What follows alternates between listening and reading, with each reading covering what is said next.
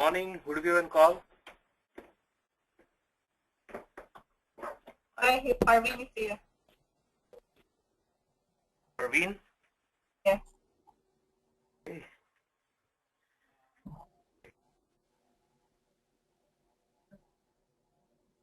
Okay, you good?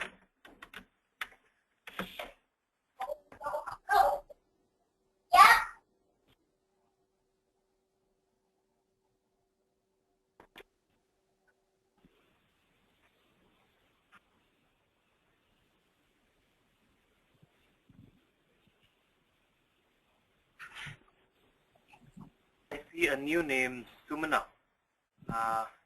Sumana on call? Hello. Hello? Hello, Jabin and Sumana, can you hear me? Yes.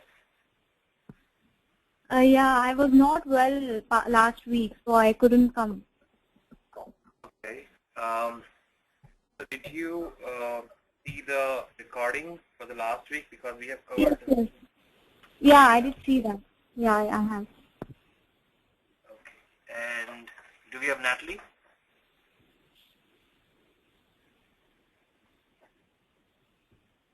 And do we have Sindhuja on call? Yes, hi Lalit, good morning.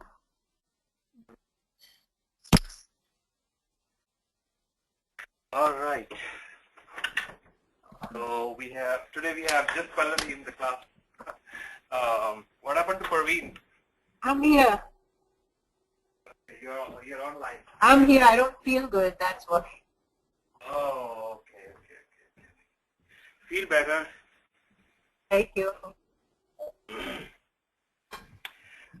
Okay. So, Sindhuja, how are you doing? Do you have any questions? Did you go over the material? Yeah, I have.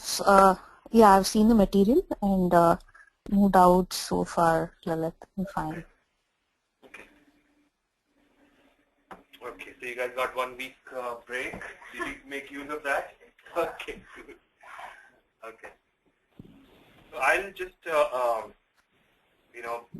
revise what we did last week, and then we'll start with the waterfall world. We talked about the agile world.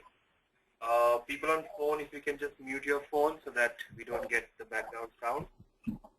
Everybody who is on the phone, if you have to speak and mute yourself. Right now we are getting a lot of background sound. Okay, great. So agile world. So we spoke about what are the different roles in agile as compared to the waterfall world, which is the traditional way of doing the project. We have a SDLC, which is software development life cycle. So we have analysis phase, design, implementation, testing, and deployment. So that everything has to take place irrespective of the methodology that we take. In waterfall, first phase, which is the analysis phase, has to take place. All the deliverables, the requirement document, analysis has to be done. It has to be documented. It has to get approval from the stakeholders, which are our business users, means SME means subject matter expert. Once we have the approved documentation of the requirement, then we hand it off to the design team, and then design team has to create their design of the software architecture based on the high-level requirements that we have provided. We are still getting this background sound. If everybody can mute their phone, and if they're on computer, just mute your speakers.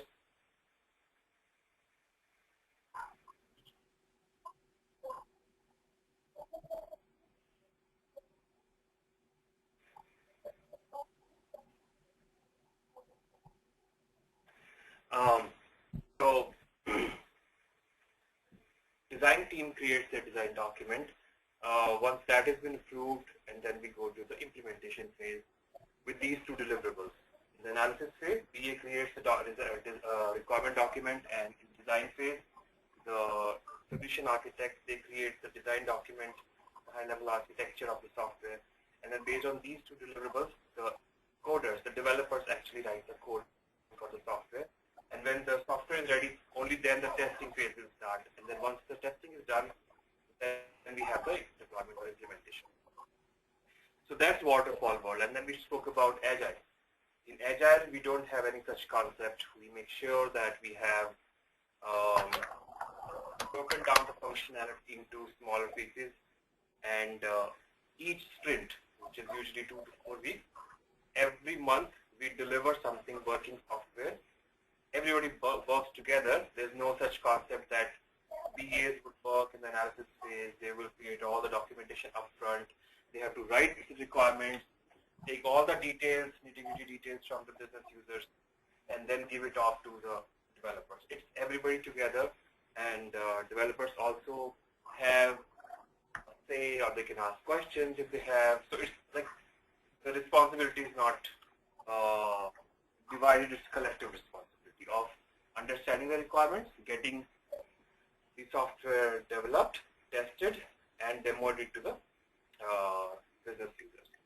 So this way, it's not that developer is saying that VA gave me this requirement, and so the collective effort is there, and that's why we call that team as a development team. So there's like we knew that developer is someone who writes the code. Now with the Agile, the concept is everybody is a developer. Whosoever has something to contribute towards the development of the software, they are developers. So BAs are also part of development team. QAs are also part of development team, because we all are working towards development of the software or the file. So that, with that said, we also have the couple of new roles in Agile. We're getting a lot of disturbance here. If everybody can please put your phone on mute. Natalie, is your phone and computer on mute? Arvind? Indija? And Sumana. There are 4 people on phone.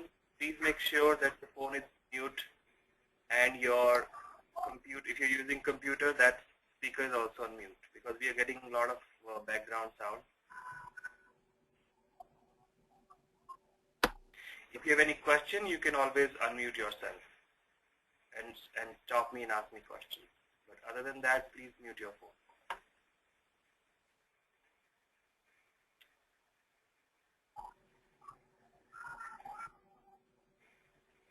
Nope.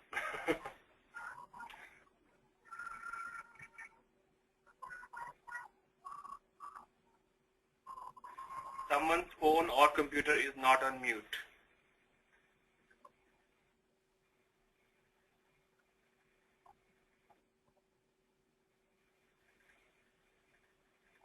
Okay. So with that said, we have 2 new roles in Agile, which is a Scrum Master and Product Owner. So we understood the roles, what they do. There were but 4 or 5 events which were not there in our usual traditional way of waterfall world. So everyday Scrum call, retrospection, demo day, and sprint planning. Right? Can anyone on phone tell me what do we do on the sprint retrospective day? What happens on sprint retrospective day? Anyone on phone, not in the classroom?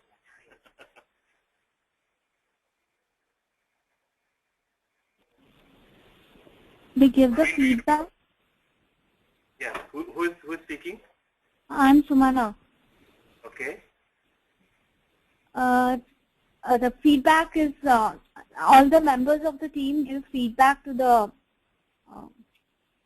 They give feedback so that the improvement can be done in future.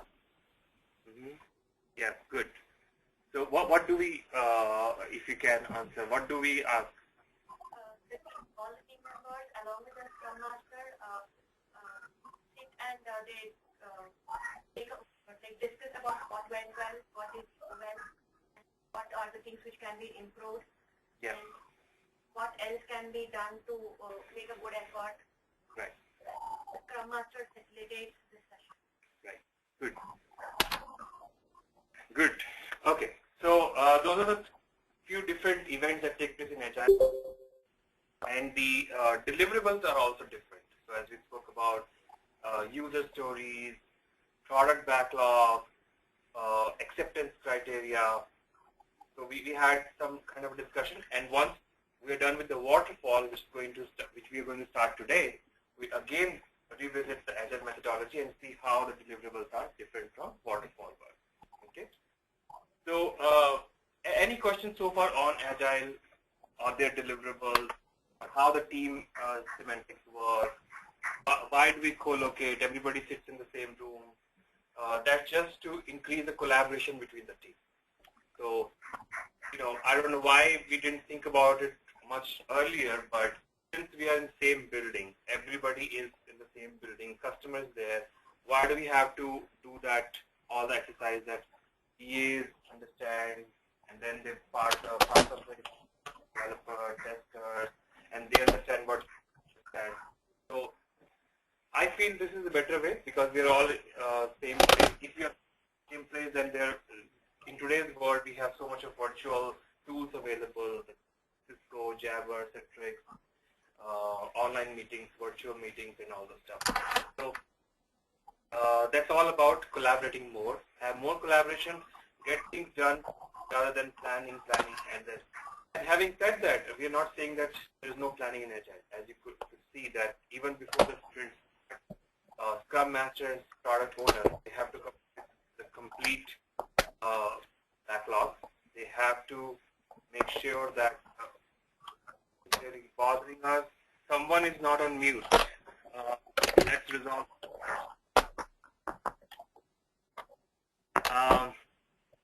Parveen, I think your phone is not on mute.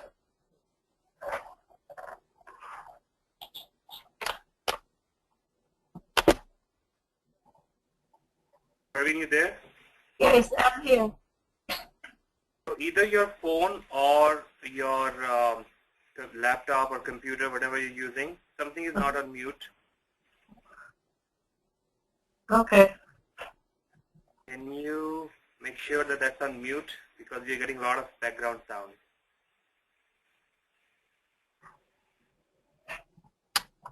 And when you have a question, you can unmute yourself. Okay.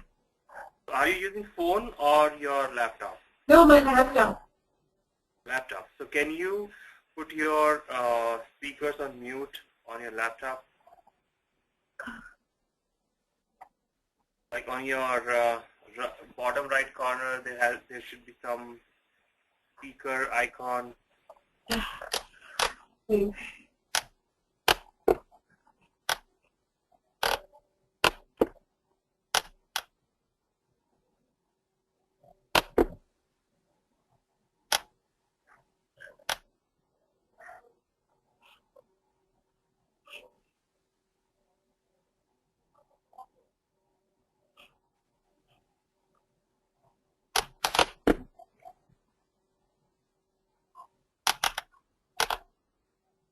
Or can you use a phone from where you can dial in and then put the phone on mute? Give me 1 second, okay?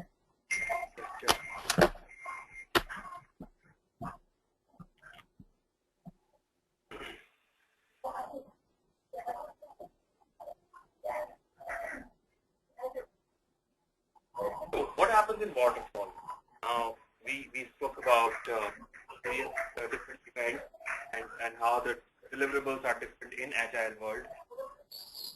In waterfall, as I said, documentation, insistence is on documentation, planning, and making sure that everything is planned up front so that the rest of the project can be executed without any problem.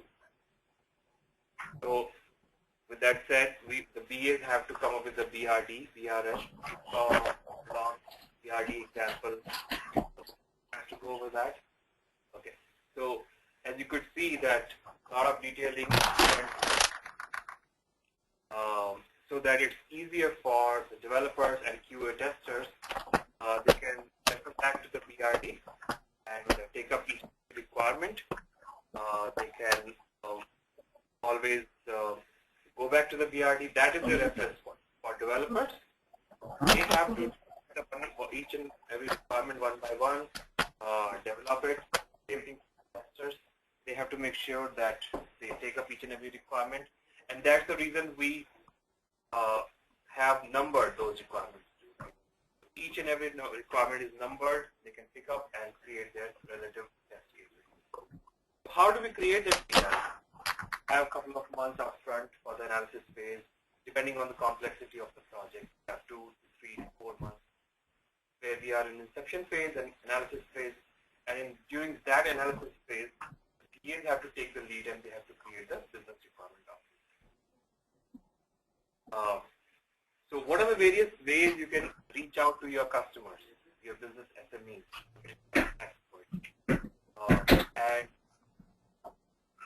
so we know that we have a deliverable which is BRD, which is our prime deliverable to the technical teams. And before we go to technical teams, we have to take the consensus of the business. This is what we got. This is in scope. This is all the document which is all the requirements. Do you agree with that? So did I get it correct? Right?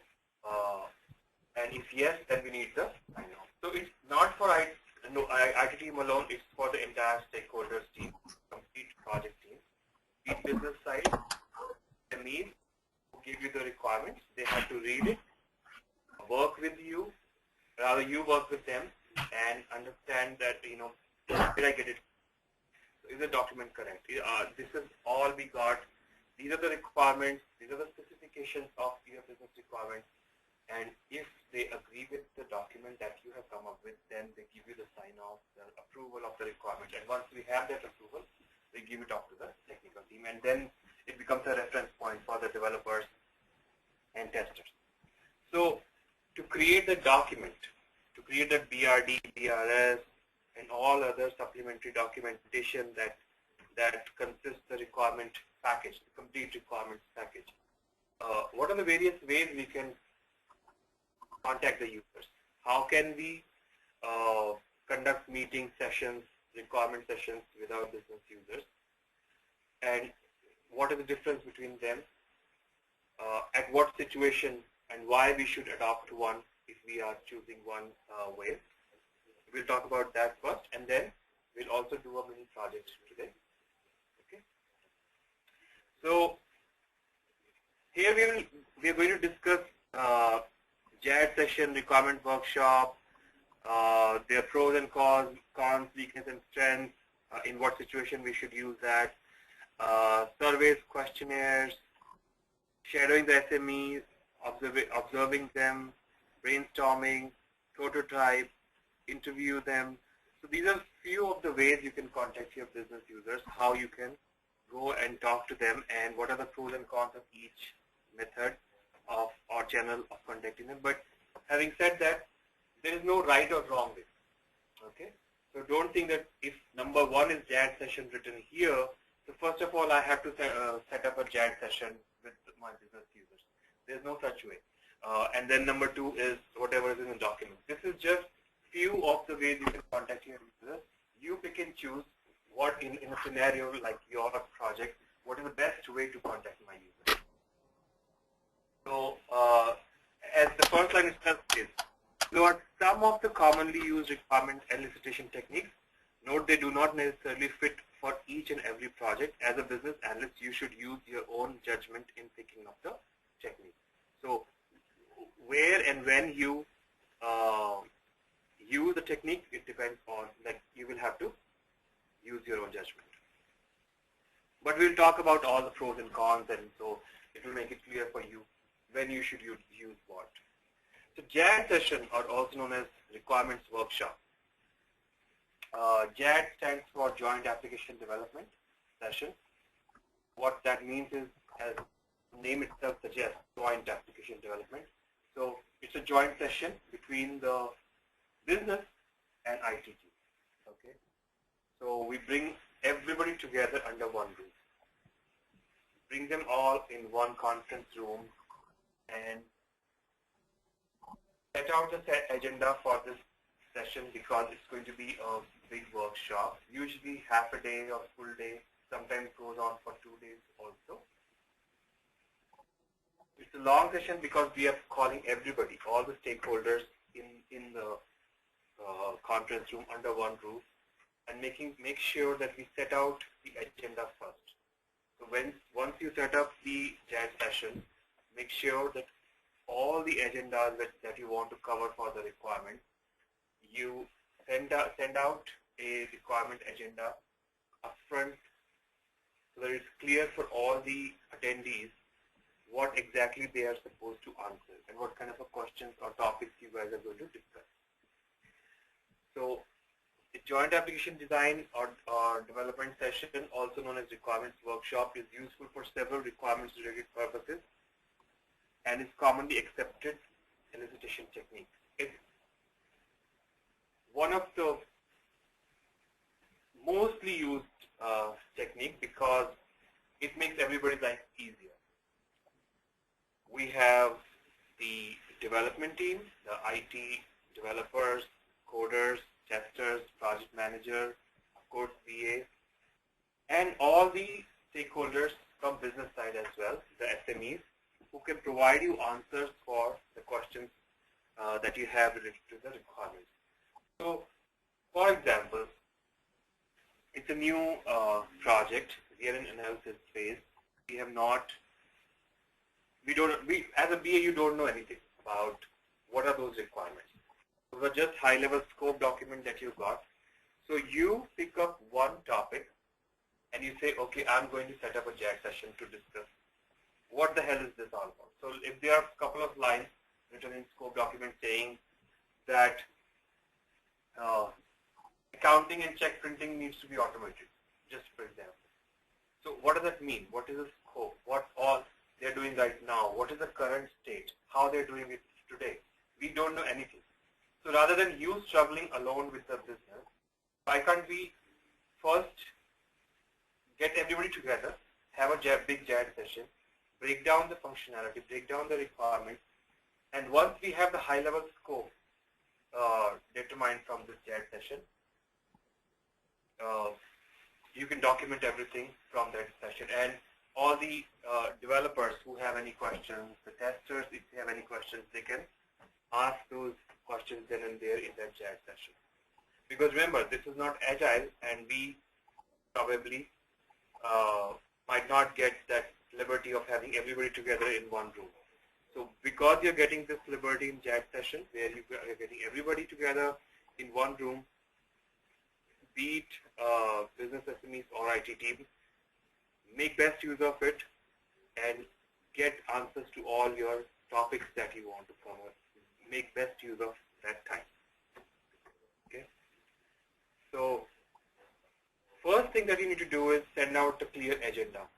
When you are, the moment you know, okay, 2 weeks down the line, I'm going to set up a JAD session, and getting everybody together is a little difficult, right? So making sure that all the SMEs who are required for this topic to be discussed, they are invited.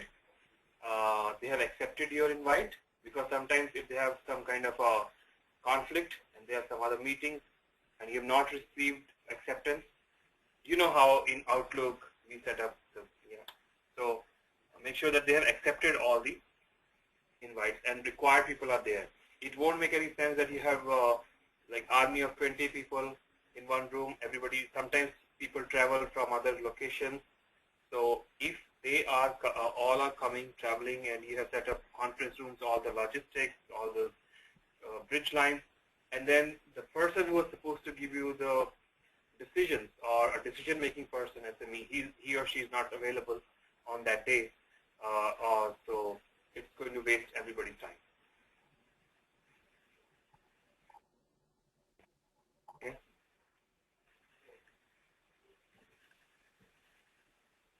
So there has to be one facilitator, because there are a lot of people who are attending this session. It can be chaotic if there's no there's a person who is not facilitating the meeting.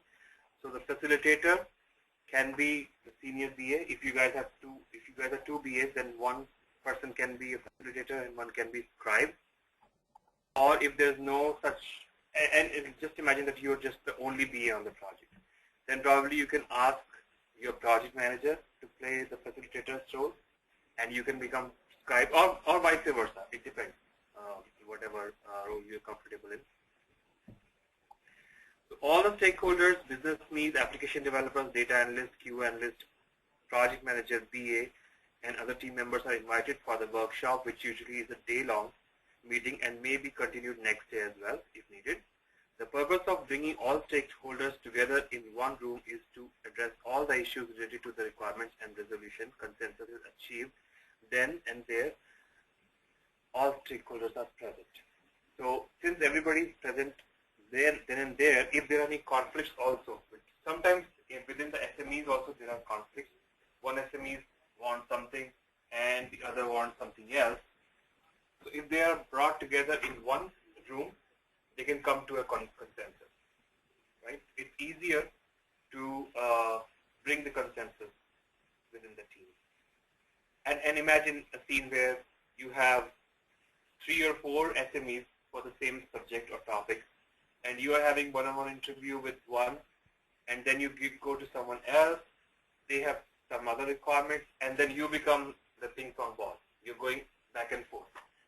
So to avoid that, you can always bring everybody together, have all the conflicts resolved then and there, make sure that you facilitate the meetings well, and since they are face-to-face, it's easier to bring consensus, right? And it's easy to make the decisions then and there. So the facilitator can be a project manager, can be your peer BA if you have multiple BAs on the same project. And the role of the facilitator, the need for a skilled and neutral facilitator is critical in a workshop. The facilitator keeps the group focused on the session's objective and enforces discipline if need be. Agendas are especially important to rely on when meeting becomes emotional. Ideally, a facilitator should be neutral person.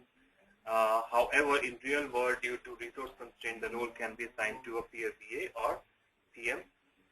So basically, that facilitator person, his role is to make sure that we stick to the agenda. Since we have limited time, we have a lot to cover in this session.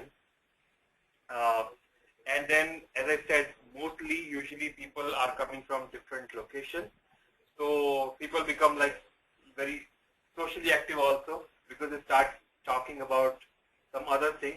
So as a facilitator, our role is that we have got this time on our calendars. We want to make sure that we stick to the agenda and we cover everything that needs to be discussed. So bring them back to the focus. Establish a professional and objective tone for the meeting. Enforce discipline, structure, and ground rules for the meeting. Introduce the goals and agenda for the meeting. Manage the meeting and keep the team on track. Facilitate decision-making, build consensus, but avoid participating. Ensure that all stakeholders participate and have input heard. Ask the right questions. Analyze the information being provided by the stakeholders. Follow up with the probing questions if needed. So basically, the driver of the conversation. He or she needs to make sure that everybody is being heard, what we need to discuss next, what is on the agenda. So if from 10, let's say meeting started from 9 to 12, and then there's a lunch break, and then 1 to 5 we are going on. So 9 to 9:15, if it's introduction, that's very good practice, that because everybody on the team, on the table is, maybe there's some few people new to do. So have an introduction from all the people. No matter how old you are in the company or people are in the company, it's always a good practice because sometimes a couple of people are new. So everybody understands what is the role and responsibility of each person in the team and what they are doing here in the project. So if it's 9 to 9:15 is introduction, make sure it happens within that time frame. And then from 9:15 to 10, let's say we have to discuss about some requirements. So the facilitator's responsibility is to make sure that they are timekeeper, and so that we don't mess up with the rest of the schedule. If something is not coming to the consensus, 2 stakeholders, 2 SMEs have different view on a requirement, and it's going on and on and on, and we are losing time, then probably facilitator's responsibility is to put that thought on parking lot, meaning Okay, we'll take it offline. Okay, so we'll take it offline. Let's continue. Take those two guys who have conflicting view on the requirements, take them offline and bring them to consensus rather than wasting everybody's time in the team. Okay, so that's basically a facilitator does. A scribe's responsibility is to basically take the notes, all the notes, as the scribe word itself means they have to jot down all the notes. Ideally, a scribe should be assigned who is specifically responsible for capturing, noting down the requirements generated, meeting minutes and action items. The scribe is responsible for documenting the requirements discovered, keep track of issues raised that were deferred during the session, commonly called parking lot. So whatever topic or point we were not able to come to a consensus, a scribe would make sure that they are noted down and we need to follow up on them.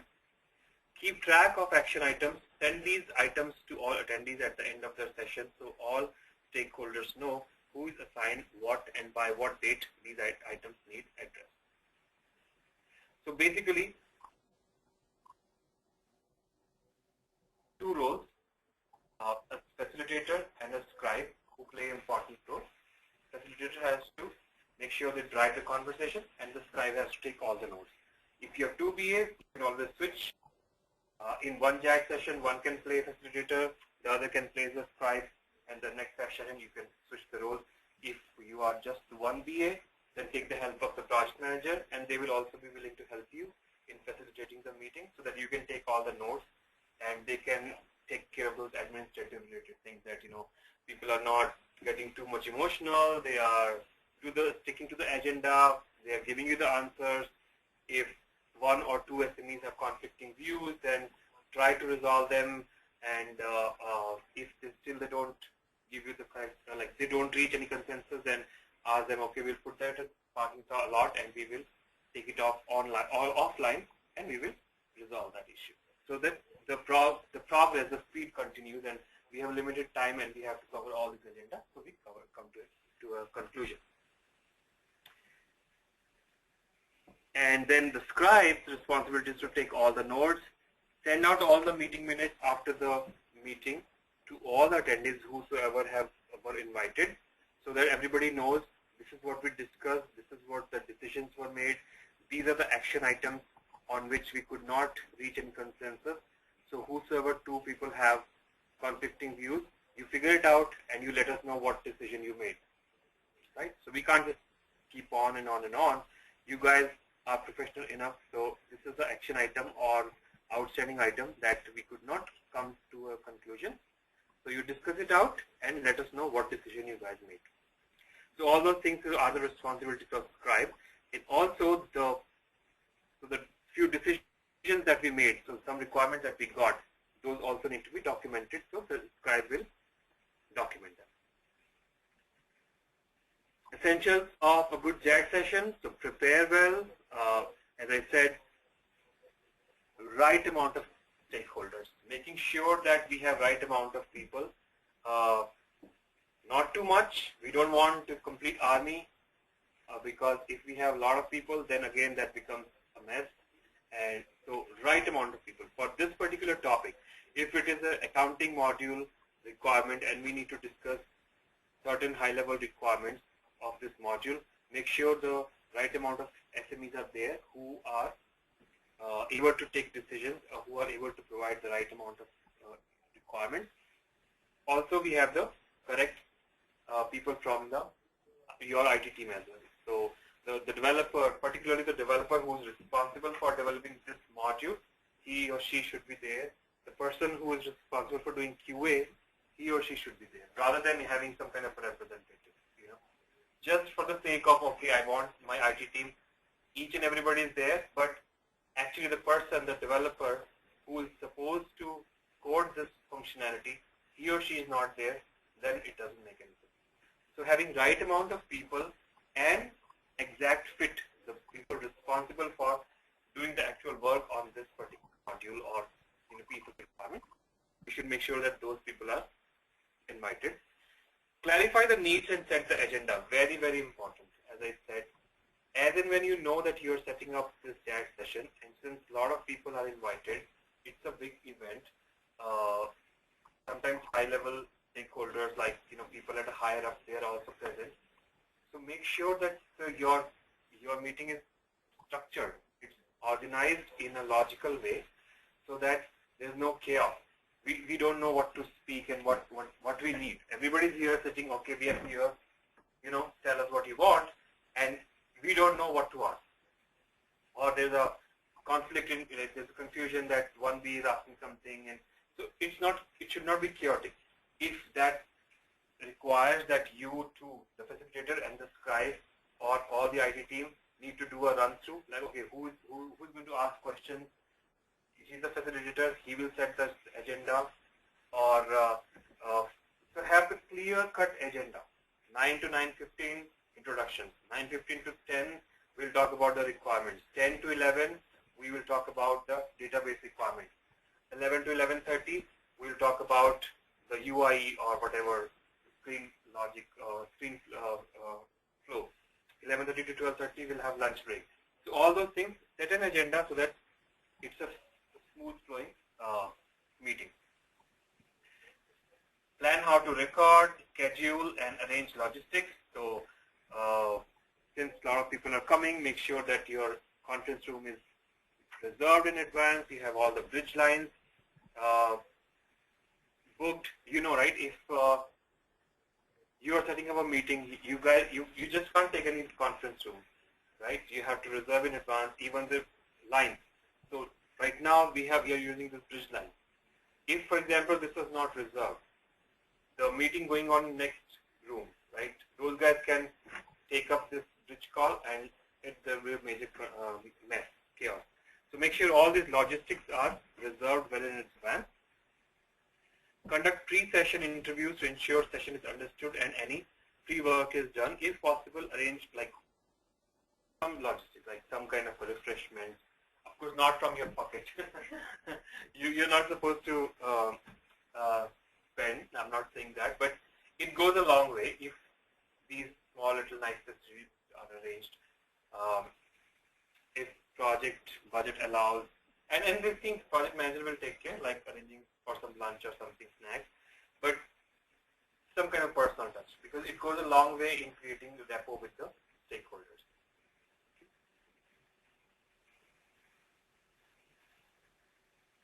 So this is all preparation. You prepare well.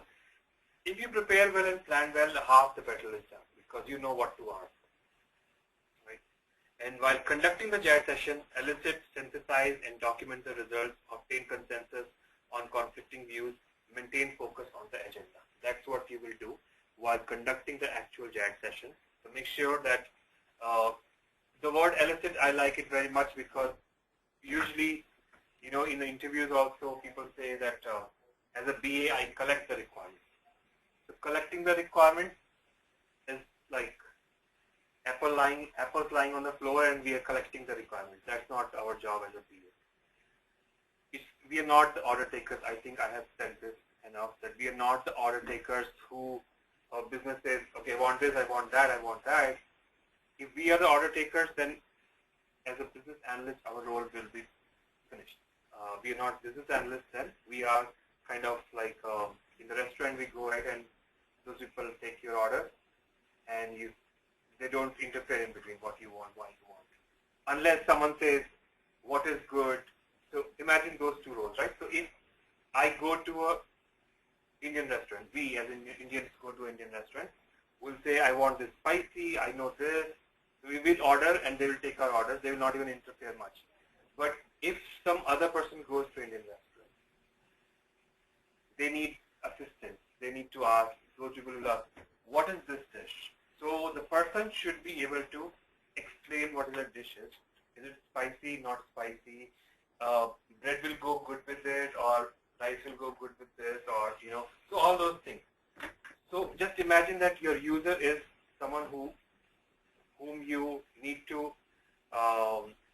tell everything, right? So we're not the order takers. We have to advise them. We have to take them into the right direction, ask pertinent questions, like understand, okay, if someone is coming for party in my Indian restaurant, for example, I'm just giving an example. So what is the occasion? What type of people? Can they take spicy food? Are they trying to have light food or like, so all those things. So make sure that you understand you're not the order taker, just simply taking what they're asking, because then in that case, probably their bill will go high. They will order what they don't need. They will not use or eat what they ordered. They will not ultimately like it also. So all those things. So ask right amount of questions. That's what your role is, right? So eliciting means that. The word elicit means asking right amount of questions, taking him into the right direction, rather than simply collecting the requirements. So when someone asks you, even in interview, rather than using the word I collect the requirements or I gather the requirements, always say elicit the requirements. What that means is that taking the requirements after asking right amount of questions, ensuring that you have understood where the user is coming from. If you need this, why you need this. Not the how part. Like how part, the IT team will take care. How to develop it, how to provide the solution. But the what part also, make sure that you have covered all the corners. What if we don't do this? What if we don't build this functionality? Why do you need it? All those whats and whys behind the functionality. So that's what elicitation of the requirements means. Synthesize and document the results. That's obvious. That as a BA we have to document the results. Obtain consensus. So if there are two people who have conflicting views, not that we can do much about it, but at least we can facilitate. You can see that both of them come to a same conclusion. And maintain the focus of the agenda. And while you're wrapping up the meeting, make sure that follow up on action items or issues, complete and distribute the documentation created. So whosoever attended the meeting or whosoever was invited but could not make to the meeting, if you send out the documentation, they can read, okay, so this is what these guys discussed. So don't just send out to who all attended, but to all stakeholders who were invited originally on the calendar, so that they can read out if in case they missed out or they were out for some time, they can read from your notes what all happened in the meeting. So talking about the pros and cons of JAT session, the strengths, of course, one of the major strengths is can elicit detailed requirements quickly with immediate feedback. Since everybody is available right now, right then, even if IT team has some questions, conflicts between the two business subject matter experts themselves, because everybody is face-to-face, it's easier to get consensus. Rather than having dispersed team and then BA becomes the ping pong ball or sandwich between the conflicting parties. So it's easier to take the good amount of detailed requirements. Group setting promotes collaboration and aids consensus through immediate feedback and seeing each other's viewpoint. So rather than playing your email tag or he said and then she said and then she said, oh, okay, he meant this. If they're all in a group setting, it promotes the collaboration. Often cheaper than multiple interviews. So of course, if we can bring everybody together in one room, it will be easier for us to elicit requirement in a shorter time, even though one session goes on for a full day or half a day, but in the longer run, it's cheaper rather than setting up multiple interviews with multiple stakeholders. Weaknesses, availability of participants and scheduling can be challenging. So sometimes you have to then plan well in advance.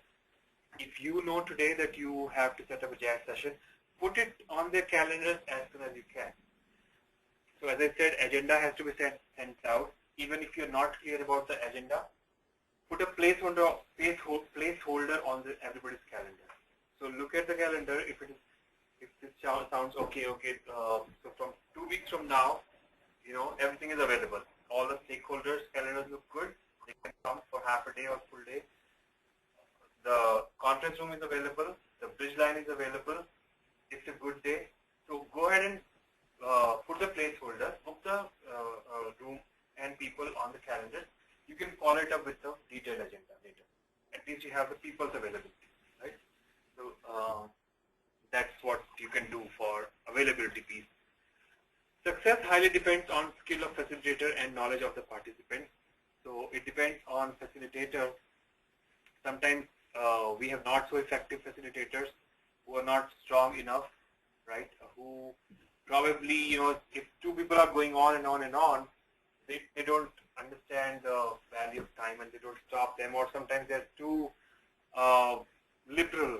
So we need a strong facilitator who can bring the focus back on what we are discussing, and knowledge of the participants. So if you have called SMEs, make sure that they are the right people who can provide you who can make the decisions, who can provide you the requirements. And that you will get from going over the stakeholders analysis, and we'll discuss about how to identify the stakeholders as well. Okay. Having the wrong number and mix of participants can impede progress and or uncover incomplete requirements. So as I keep saying, major focus is on having the right amount and right mix of people who can make decisions, who can provide the right amount of requirements in detail, rather than for each and every question they keep saying, oh, I'll have to go back and talk to my peer, some coordinator, someone back on the floor. If that's the case, that for every question they have to go back and get us the answer, then why don't we call that person in the meeting room? So what is the use of right amount of people and right mix of people? Okay. So that's JAG session. Any question or concern that you didn't understand about JAG session? Why do we do JAG session? It's basically bringing everybody together in one room. Usually it's for longer duration, like half a day, a full day, sometimes goes on for 2 days too. Usually co-located, like bring them all together in one conference room. If someone can't join personally, then of course we can always use the WebEx and virtual meetings and bridge lines so that they can participate. But preferably bring them all together in one room. Be it IT, be business and SMEs. More important thing is have the set agenda, and based on that agenda, if we know that accounting module, we're going to discuss the accounting module requirements, have the right amount of. In the accounting module JAG session, we don't have a legal or some other department. That will defy the purpose. Because, okay, these are the business SMEs, they are business needs, but within business needs also there are business needs and business needs. So if we are talking about accounting requirements, have the right amount of people invited so that they can provide the answers for your questions. Okay. So any question on JAG session before we move on? Anyone on phone?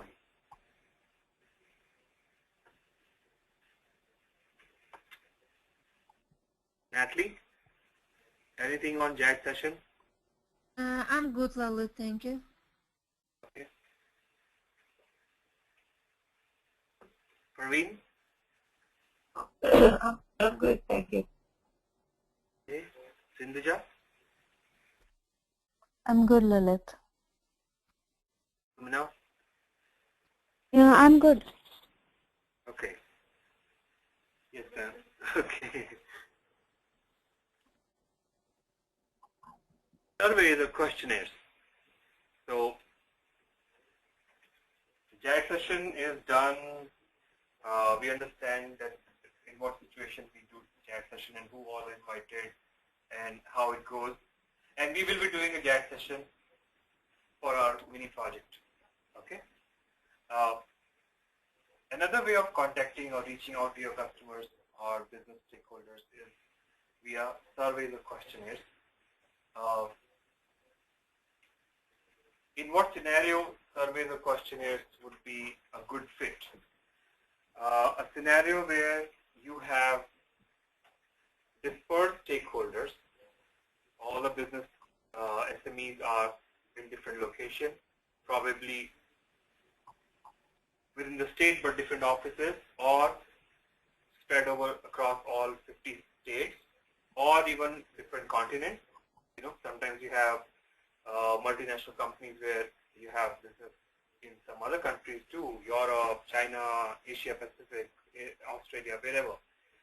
So in that case, if you have to ask the same question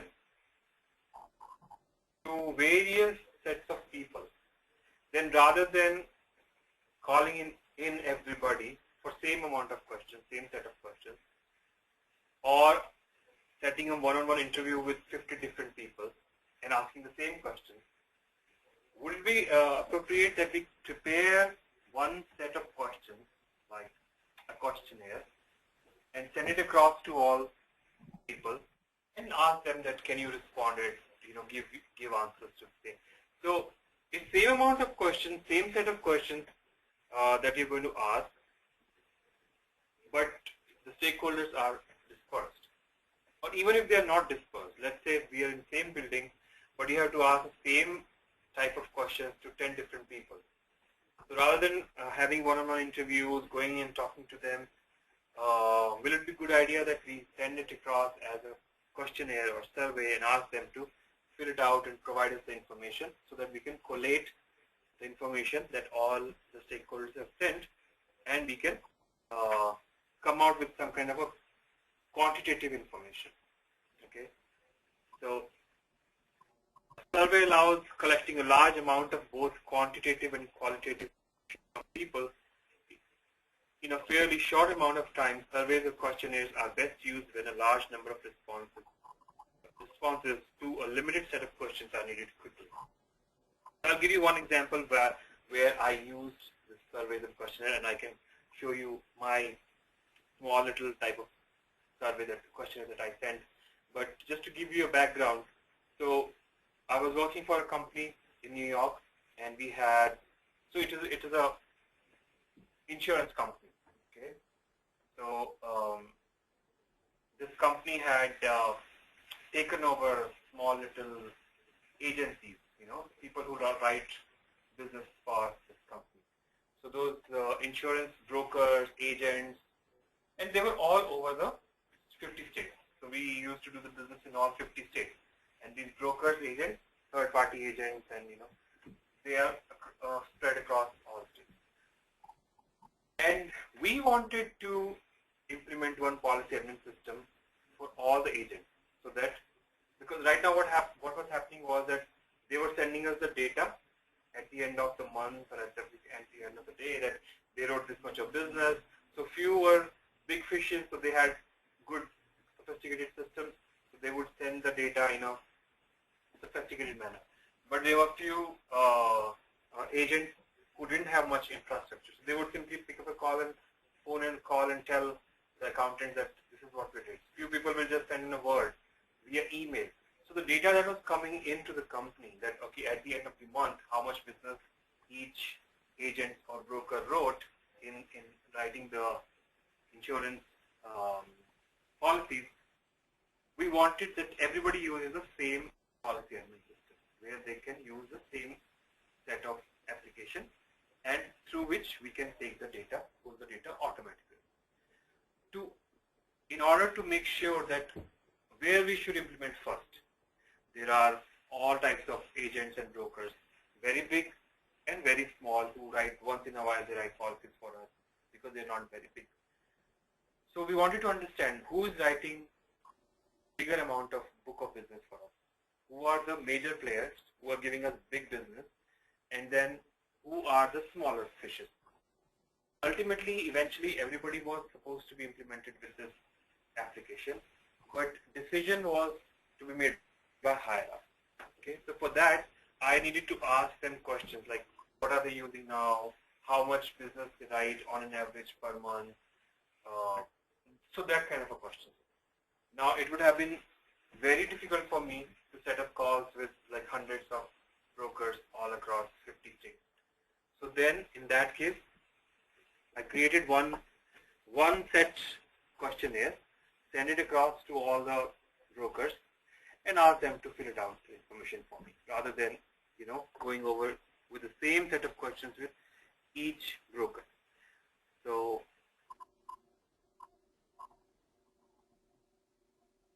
questionnaire.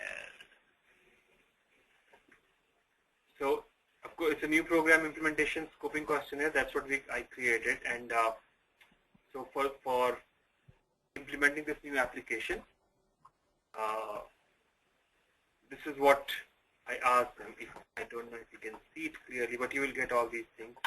So does the program use a policy admin? So do you have right now any application that you're using for writing the policies? If yes, no. If it is yes, then what are the details of current policy admin system and what are its strengths and weaknesses? So we are understanding, and all this, they filled it, the answers.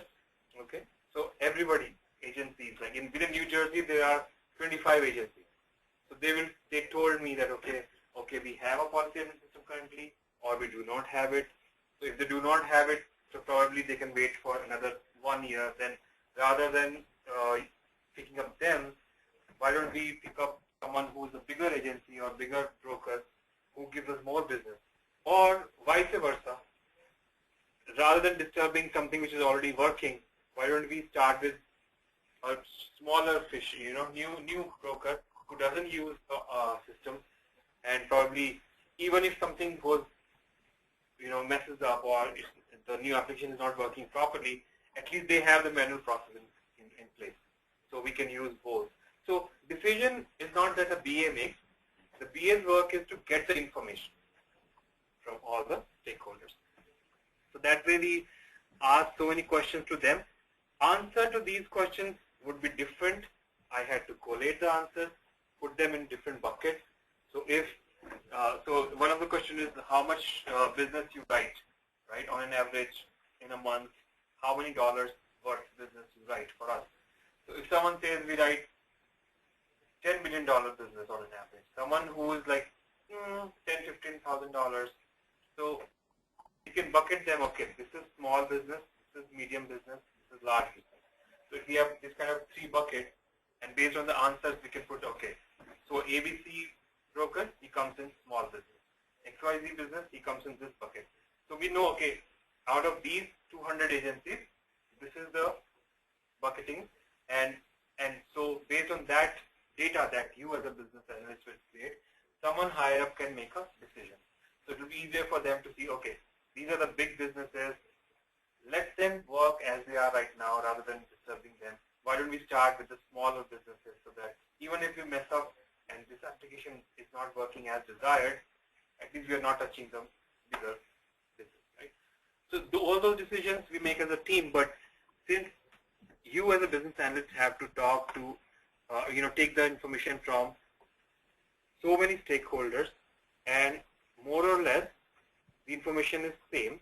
So rather than wasting a lot of time, you can send a questionnaire with a simple set of questions, and they all can answer it at their own leisure.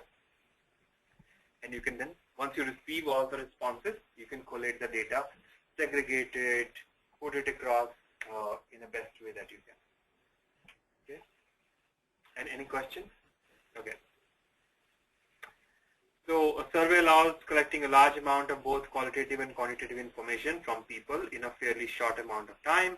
Surveys or questionnaires are best used when a large number of responses to a limited set of questions are needed quickly. The project team determines the data that needs to be collected. So basically, you can ask closed-ended questions and open-ended questions. Closed-ended questions is, does anybody understand the difference between closed-ended and open-ended questions? Anyone on phone? The closed-ended question means that you're limiting the choice of answers. You don't want them to go on and on and on. So you can ask, you can frame your question in such a way saying, how many patients come to your center every day on an average? So either they can say 5, 4, 2. So there's one number that they are going to provide. Or you can say, after you take the payment, do you always print the receipt or something? So either say yes or no. So the answers which are going to be limited in answers. yes, no, some numbers. That is an what is that? Closed-ended question. Open-ended question, you open the floor for them. You say, can you explain me the process of registering a patient? So that will be different for one agency, one provider to another, one hospital to another, one doctor's office to another. So they will tell you the entire story. So there's no limit to it. You're not setting a limit of, limit your answer. You are asking in closed-ended, either the answer is going to be yes or no or some specific number. So it depends. If you are looking for a quantitative answer, then you will ask more closed-ended questions because you're looking for quantity, either yes, no, or some numbers, so that you can segregate them and put them in buckets. So all the yes goes here, all the no's goes here. All the numbers which people, let's say the respondent gave you, below 10 goes here, above 10 goes here. That is quantitative data. Qualitative data or information can be asked. We are using open-ended questions. So you can set them free, ask a question in such a way, please explain me the process of doing this. Do you have so-and-so system in place? If yes, what are the strengths and weaknesses? So they can go on and on and on, right? So there's no limited quantitative data there. So that's how you ask questions in surveys and questionnaires, making sure that if you are looking for quantitative data, then you ask more of closed-ended questions. If you're looking for qualitative data where you want them to speak free and give you the entire information, then you ask open-ended questions. Here you have this information. You can go over what exactly closed-ended and open-ended question means. Limited choice of answers, including yes, no, or some kind of numbers, because possible answers are known and limited. Limited choice questions are easier to quantify. So as I said, quantity versus quality. Okay. Open-ended questions, respondents are able to answer any way or degree they wish. Okay. So whatever they want to go on at the level of detail they want to provide you, they can give you. Open-ended answers can provide more substance than closed-ended ones, but are more difficult and time-consuming to analyze. So it again will depend on the interpretation. You will have to read through all the long big story that the respondent had given, and then you might have some follow-up questions.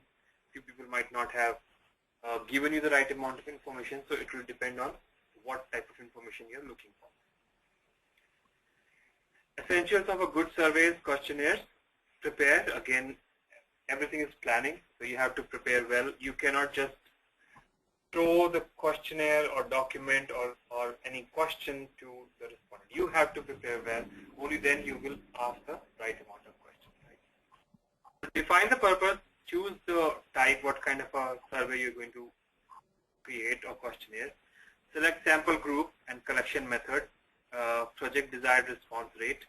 Determine if interviews are needed, write questions, test the survey. So of course, after you have received the survey response, you will have to have some kind of a follow-up meeting with them. Also, it's quite possible that not all 10 or 20 questions that you have asked in a questionnaire, you will get a clear answer. There's a possibility you might have to have follow-up meetings with them. However, you will get the meat of it, the juice of it you will get, right? Some kind of basic idea.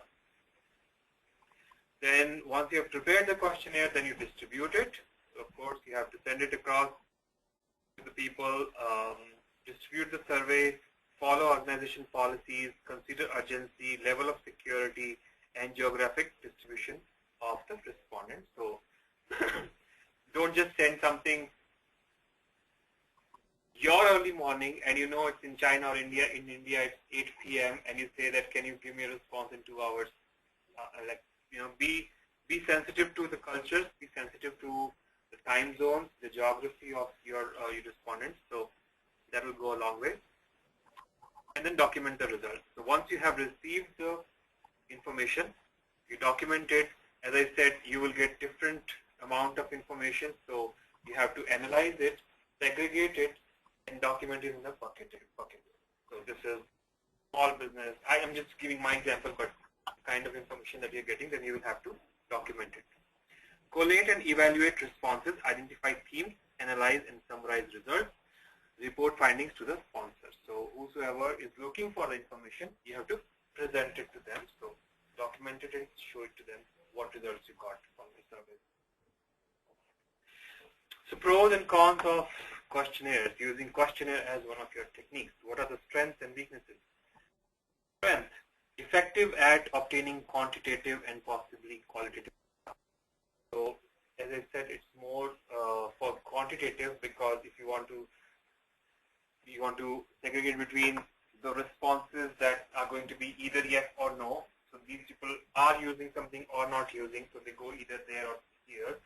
Or numbers, how many patients you treat, how many book of business you write, what is the dollar amount that business you write. So it's about numbers more. But having said that, qualitative data can also be received from surveys. You can ask them what is your process, or what are the strengths and weaknesses, those kind of questions, and you can evaluate those answers also. Helpful to reach stakeholders not in one geographic location. So of course, it doesn't take much to send out an email attachment. You can send it out to anybody in the world simply using email, rather than having them imported, have them driven all the way, or fly them to your location, or you going to, from location to location. It's always easier to send out an attachment. Quick and relatively inexpensive to get large number of responses. So as I said, nothing doesn't take much to get this sent across via email, and you can get the responses. Weaknesses, on the other hand, open-ended questions may need more analysis by a BA. Of course, if you have asked a lot of open-ended questions and they have given you paragraphs and paragraphs and paragraphs of information, then if you have sent out 50 questionnaires, so you have to go through each questionnaire, interpret it, it's a writing, right? If the person is not sitting next to you, you cannot ask follow-up questions. So you have to interpret it. It might take some time. Then after understanding completely, you might have some questions. Then you will send it across. So it can be a little lengthy if you ask more of open-ended questions rather than closed-ended. So if it's a closed-ended question and you ask how many patients you treat in a day, either it's going to be 5, 10, 20, 40, 100, whatever. So it doesn't take much to understand that information. But if it is open-ended questions and they have asked you a lot of given you a lot of information, then it's obviously going to take a lot of time. May require follow-up if answers are incomplete or inconclusive. So yes, of course, if they are trying to say something and it's not making any sense to you, then you will require a follow-up meeting with them, or a call, or email back and forth. Not well suited for gathering information on actual behaviors. So if you are asking them that they're using something, that it won't make much sense to ask, the questionnaire what they intend to do, because in that case you will do shadowing of the SMEs if it's an actual behavior that they're using currently. That we're going to talk about next. Response rate may be very low. So if you don't follow up, sometimes people forget it. We get surveys for each and everything. If you call Dell Computers, or you call Sony, or you call anyone, you get so many surveys. So people have this tendency of just simply deleting it or ignoring it because we get so many surveys. So you will have to be constantly after them, making sure, showing the urgency that, I'm waiting on this information. So make sure that you respond to it by such and such date. So that's what a survey or questionnaire gives you or does not give you. Any questions so far on survey or questionnaire? People on phone, you can unmute yourself if you have any questions. So far it's clear for me. Okay. Okay. Anyone else? Am I going to ask? Okay. shadowing the SME or observing the SME, right? So as someone said in the last class, can we just, shadow them, be with them and just see what they're doing so that it's easier for us to understand? Yes, in some cases we can. Again, it will all depend on your repo, the location of your SMEs, and also what type of business they are into. If they are in public dealing, right? So it won't be that easy for you to be sitting with them and, it will be intrusive and interruption to their work. But if it's a back-end work, something not in call center where live calls are there, or not in the customer public-facing SME, in that case you cannot do that. But other than that, you can always shadow your SME or observe them. Are you able to read it? It's okay. Okay. So shadowing observation is a common illustration technique that is used to watch people in their natural work environment. One good thing about this is it's different thing calling the SMEs to your IT conference room and asking questions. So if you're asking questions, probably they're going to answer what you ask. But if in their natural habitat, in their natural work culture, they know that, okay, after this I have to do this. After this application, I have to go in there and enter this and then come back. So in their natural environment, you can see what they do and they will not miss it. And there's a possibility that if it's a JAG session, you asked a question, they might answer what you asked them. But in their own workstation, in their queue, their left hand clearly knows, even if they're sleeping, they can always go what they do naturally, right? So that's one thing good about shadowing them. You can observe in their natural ecosystem. So work environment. This technique is useful as an adjunct to other illustrations. It is a frequent way to help fill in gaps in processes and related requirements based on what people describe verbally in interview and requirements workshops. As I said, if they told you something in the JAG session and one-on-one interview or surveys or questionnaires, if you follow it up with the shadowing, SMEs, you fill in the gap. Sometimes you don't understand what they told you in verbally, but if you see them performing, you can make sense of it, right? So if given a chance, to me it's the best way. This and prototyping that we're going to talk about next. So these two are my favorites, personal favorites. Seeing them doing live, nothing best can describe if you see something doing them. Rather than they telling you your attention went somewhere, you missed few keywords, it's always good to see them doing it themselves in the natural environment. So it's also valuable when stakeholders are unwilling or unable to articulate their work or their process. Sometimes they want to help you, your business users. They want to tell you what they do, but they don't know how to articulate it because they have been doing it since either years and years. So, once I have to fill this Excel sheet, I export it there and I enter it in that application.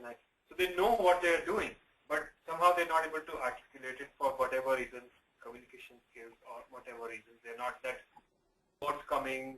So it will be easier for you to watch them do it rather than asking them to tell you and making sense of it.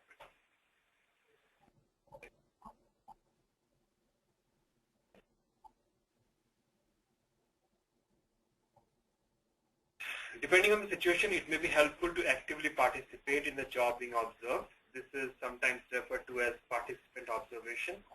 This kind of observation gives a hands-on feel for the work being observed. Should be limited to non-expert work and should minimally impact normal business. So what that means is, of course, you can't say, I'm just giving a funny example, but you can't say that if a doctor is performing surgery, I will, that of course you cannot do. But you don't do something in production. the applications that they're using, don't of course ask them that, let me try this. Back-end process, something in the back office, you can always have that active participation in their job. But other than that, you just passively observe them. So 2 types of observations, passive and invisible, and active and visible. What that means is that in passive or invisible observation, BA observes the SME doing the job or following a process but does not ask questions. So you are simply just invisible there. You are just there for observation. You don't interrupt in their day-to-day work, and you don't put your hands on what they're doing. Active and visible, BA observes the current process and takes notes and may dialogue with the worker, the SMEs, and may even perform the process. So if you want to put your hands on, you want to see how they do it in the current process, you can become the active or visible observee as well. It will depend on, as I said, the type, the nature of the work.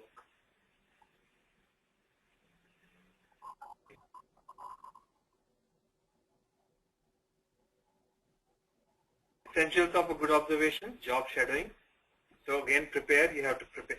For any kind of these elicitation techniques that we are discussing, this prepare, perform that thing, and wrap up, you have to follow these 3 things for everything. So prepare and plan is very important so that you are ready for the right amount. Okay. So in preparation, you will determine the sampling of who or what to observe, generate questions for the observation. So do your groundwork, have your planning in place, and then when you're observing, reassure observee and provide objective of this observation session. So of course you would have set up the time, you would have asked them that you will be coming and sitting there next to them. But again, just reassure them. It's not that one fine day you come and you're there with all your laptop and your pen and paper and you're okay what you're doing. So it can be overwhelming to a few people. Like what she's doing here, why she's sitting next to me today. Huh? Yeah. So make sure that set up the time, explain it to them why you're doing what you're doing, and even while observing, reassure them that you can build the systems for them. You're here to help them rather than taking their job. That they might think that, oh, why is she learning my things? Why they want to know my job? So it all depends on how you communicate, how you come across, how you build your rapport with your business users. Okay. Wrap up. So while wrapping up, get answers to any outstanding questions.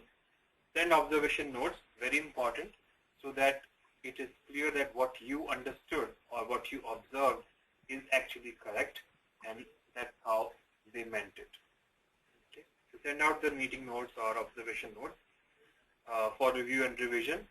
For group observation, ensure notes apply to whole group, not just to the individual. So if you have observed the entire group, then send out the notes to all the people, all the observees, and not just for a couple of people, so that everybody can provide you their feedback. Oh, this is what you got wrong. No, this is not what I meant. This is not what I did. That Excel sheet doesn't go to some shared directory.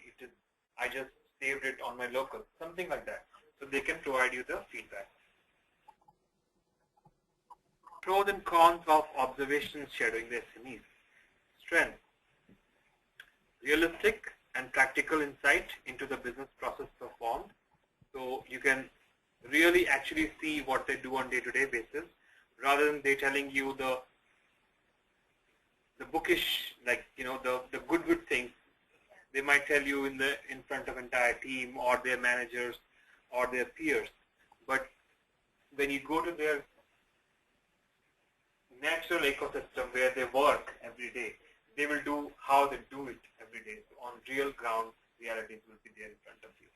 So that's one good thing about observing the SMEs. You can pick up few nitty-gritty details also. Elicit informal details and actual practices that may not be captured in more formal sessions. As I was saying, in a JAD session, or in formal interview session, it's more formal and they will tell you the good things, right? Ideally I do this and then do this. And then. But in real life, sometimes we do a few things which are not as per the regulations. So you can observe and pick up those things as what they are doing in their real profession. Weaknesses, not viable for new processes. Of course, if there's no process in place, what you can observe. So it's always visible in the existing processes. If something is going on, only then you can observe. If it is, of course, a new process, then what are you going to observe?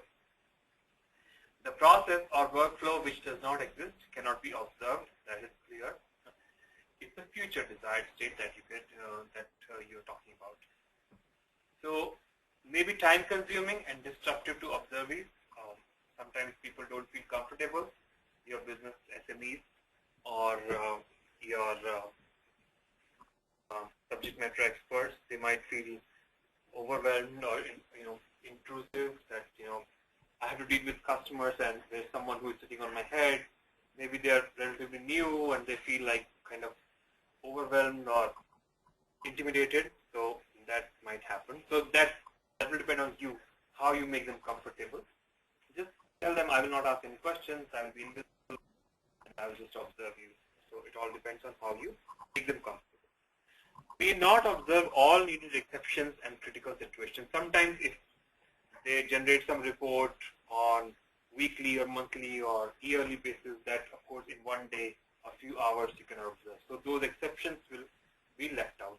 When you're observing on that particular day, you will observe only what they did on that day. Few things which are exceptions, they do weekly, monthly, those things of course you cannot observe. So they will left out and you will have to ask questions. Is this all, or do you do anything other than that every week? Oh yeah. On every Friday I send this report to my manager that all the new accounts that I have opened today and from Monday to Friday, end of the day, whatever accounts I have opened, I have to create a Excel sheet. Oh, okay, so there's a report that you have to generate. So okay, what all you inform in that, report in that. So you will have to look at that.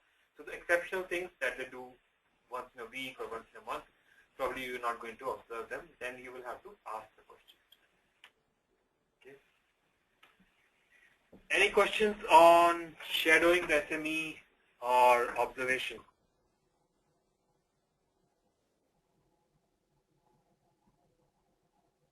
People on phone? Okay. Okay. Okay.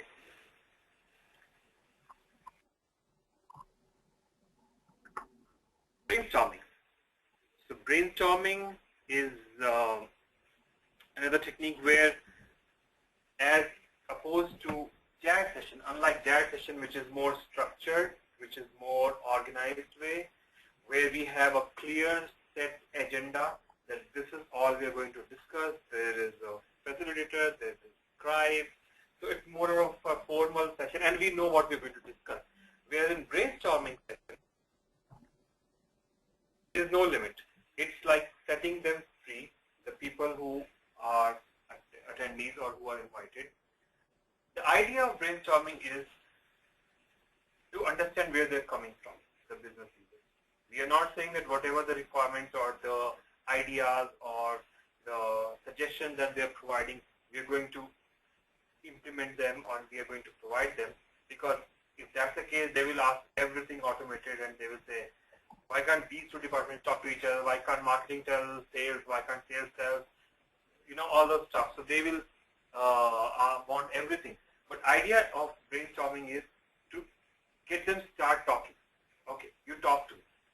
You tell me what all is in your mind so that we can collate that information, talk to our sponsors, stakeholders, and see what we can deliver in this project and what not. At least we have a complete list what is on their mind. So call all the cross-functional units, accounts, finance, sales, marketing, all, and so they will start talking.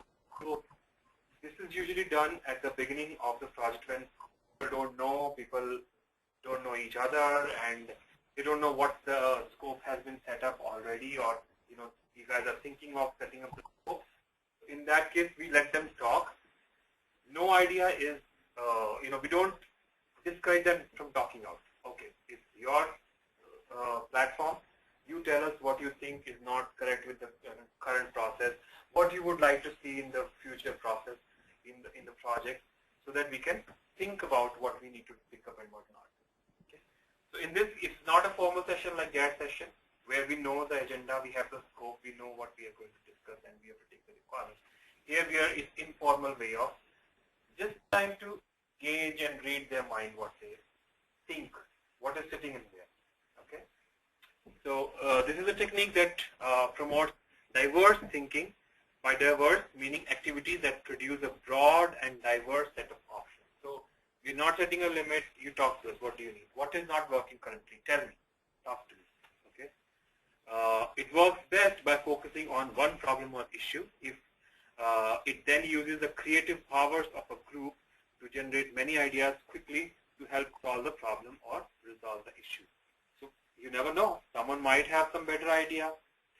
They might tell you that if we connect sales department's application with marketing department and we have the real-time information, we will work better. Okay, so those kind of things. You never know. Maybe it's just to get them started talking, but while doing so, we might get some better solution that they have in mind. So bring them together, just get them rolling and ask them, what do you think is not working in your current process? What you would like to see in the future process? And take the notes, and then we can decide what to put in scope and what. Brainstorming is used extensively in requirement activities, ranging from analyzing root causes of business problems to initial product concepts to recommended solutions. A skilled facilitator is needed to guide the group through the techniques to avoid a chaotic free-for-all of ideas. So that's what I was saying.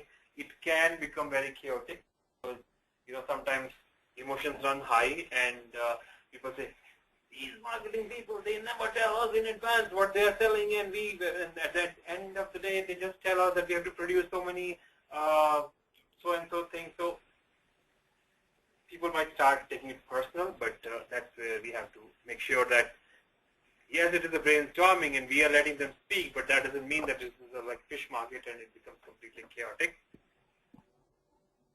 If performed well, it can be a fun and engaging way to involve participants and produce solutions quickly. But if not managed well, then there can be a right there in that truth. So make sure that we are prepared before we ask for this kind of trouble. Also, we might have a conflict in the issues, right? Yeah, there will be conflicting, but here we are not promising them that, okay, we are listening to you, but we are not everything that you're going to say we are going to put in scope. Here, what we are trying to do is, tell me, we are setting you free. What is your current process? How do you do it? Then they will say, the salesperson will say, we sales pitch, and we get the order, we tell to the whatever marketing or production and those guys. So what they do, they will tell what they want to avoid doing in future. They will say, can this process be handled by that department? All those things. So you can read what they're trying to do, basically. So there will be a lot of conflict, and that's what you have to set the stage well in advance. Tell them that this is a brainstorming session. We want to understand what is the current process, what do you want to see in the future process. But having said that, the scope is yet to be decided, and I'm not sure whether this will be included or not. But we want to understand from you what you want. So that is very clear that not everything that you're going to tell us is going to be in the scope. Okay? But yeah, there will be conflicts, and that's when we have to make sure that we set expectation right.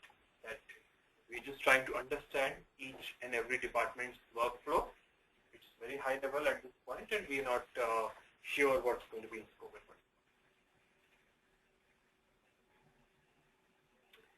Essentials of a good brainstorming session. Again, prepare well, define the focus, set time limit.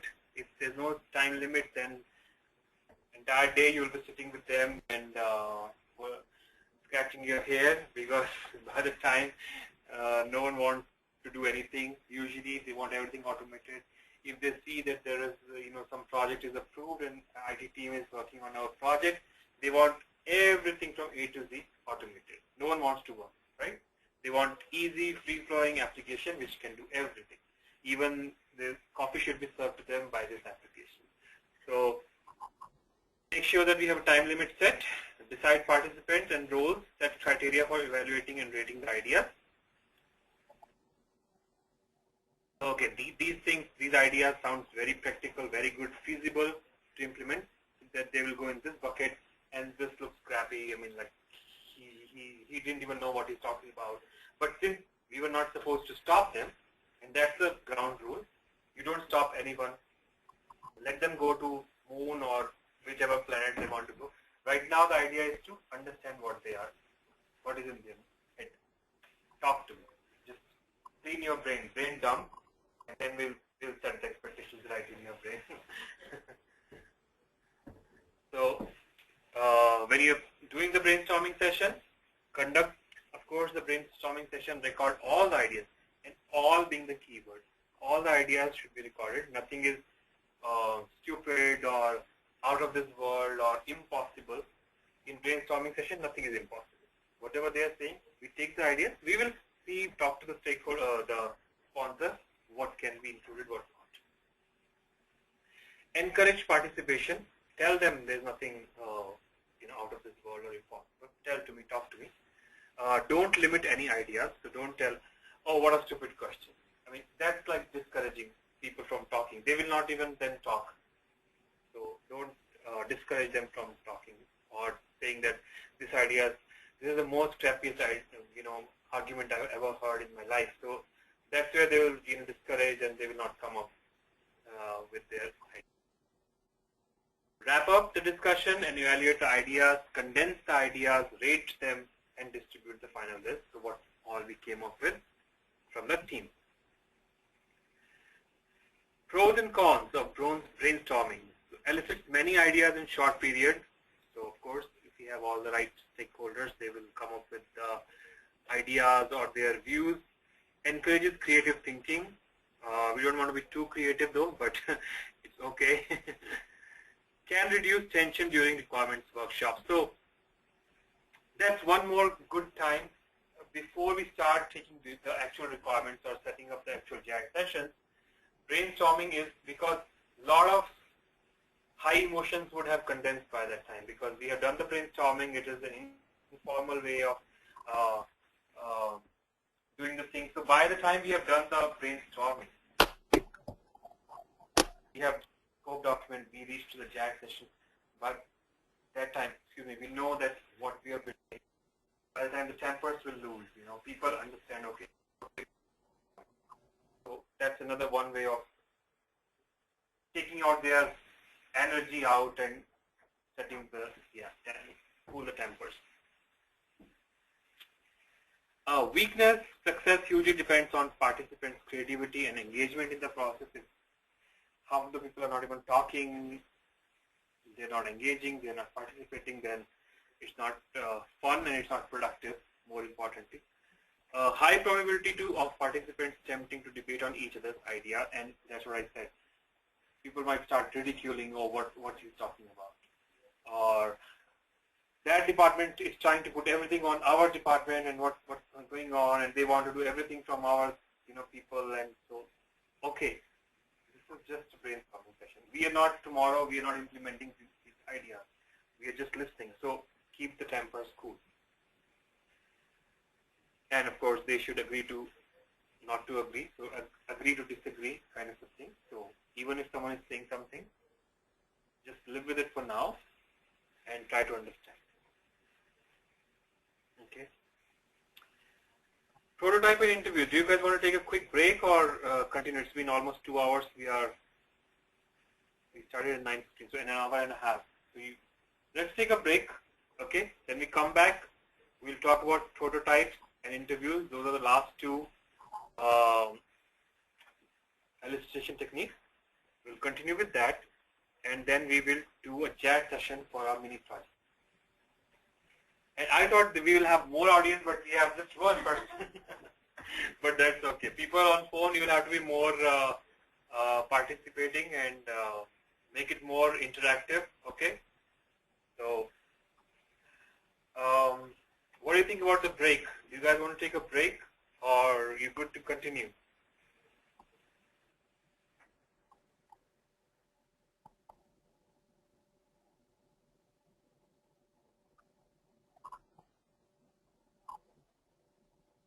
Praveen, do you have any questions? No, I need a break. I need to change my laptop. You need a break. Okay, good. Okay, Sindhuja, how are you doing? Any questions so far? No questions, sir. Okay, Sumana? I do have a question. Sure, go ahead. You told us that these techniques, everything depends on the BA, like which technique to use. So based on what should we decide? Based on the project requirements, like on this project, should we use brainstorming method or JAD? How do we decide that?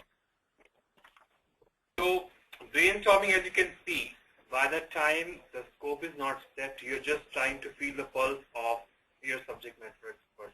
So that will be done way before even the scope has been set up. Now, once the scope has been set up, this is all in scope and we have to get it done. Then it would make sense for you to set up a JAG session because you know that this is the high-level requirement. I have to discuss more in detail, bring everybody together. So that will depend on that situation that you will set up a chat session.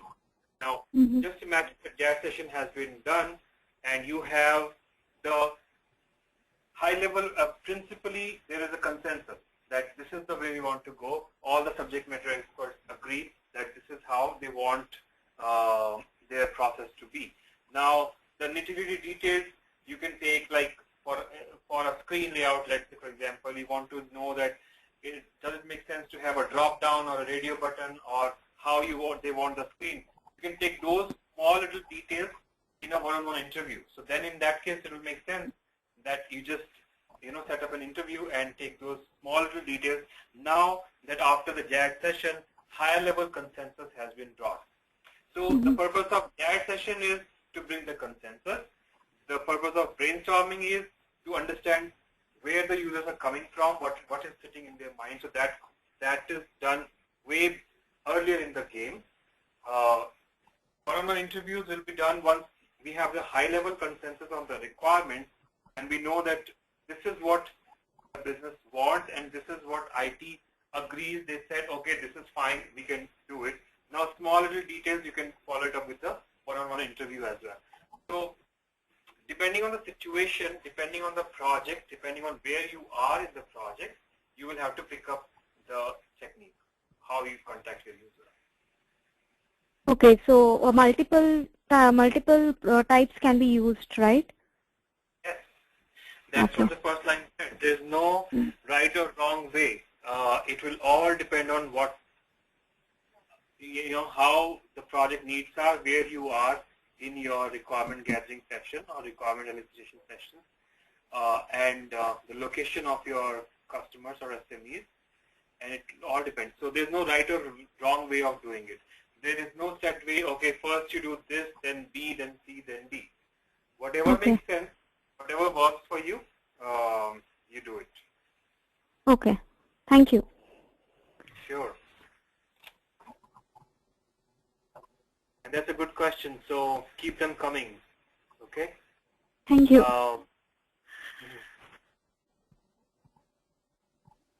Natalie said no questions so far. So we'll take a break, 15 minutes break, and then we'll come back and we'll continue with prototyping.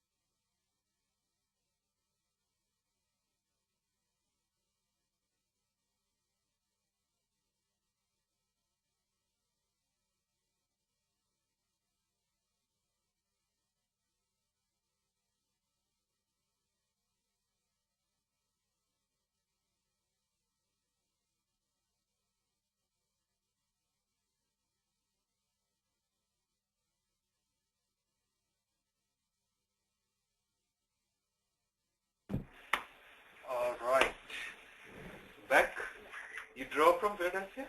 Yeah, my husband. Oh, he's here? I didn't... No, he was here when you came in. Okay, okay, the person was sitting there. Yeah. Okay, okay, okay. So what is he going to do for the rest of the day? We have dinner at our cousin's place. Okay. Then we'll come back and pick it up again. Oh. Okay. Where in Philadelphia you guys live? Malvern, Exton one. Exton. Oh. Somewhere close by. Okay, okay, okay. My current project is in Balakinwood.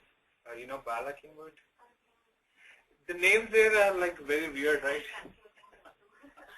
Yeah. Have you heard about?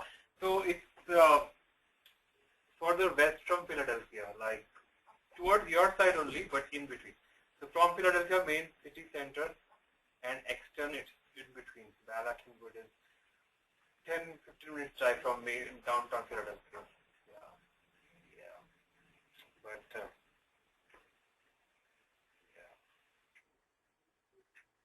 So are you working now or? No, I'm on dependent visa, so Oh, H4. Okay. H4. It's been an year I came here. Okay. Before that, I worked in Deloitte for 2.5 years. I worked in October 2013. Okay.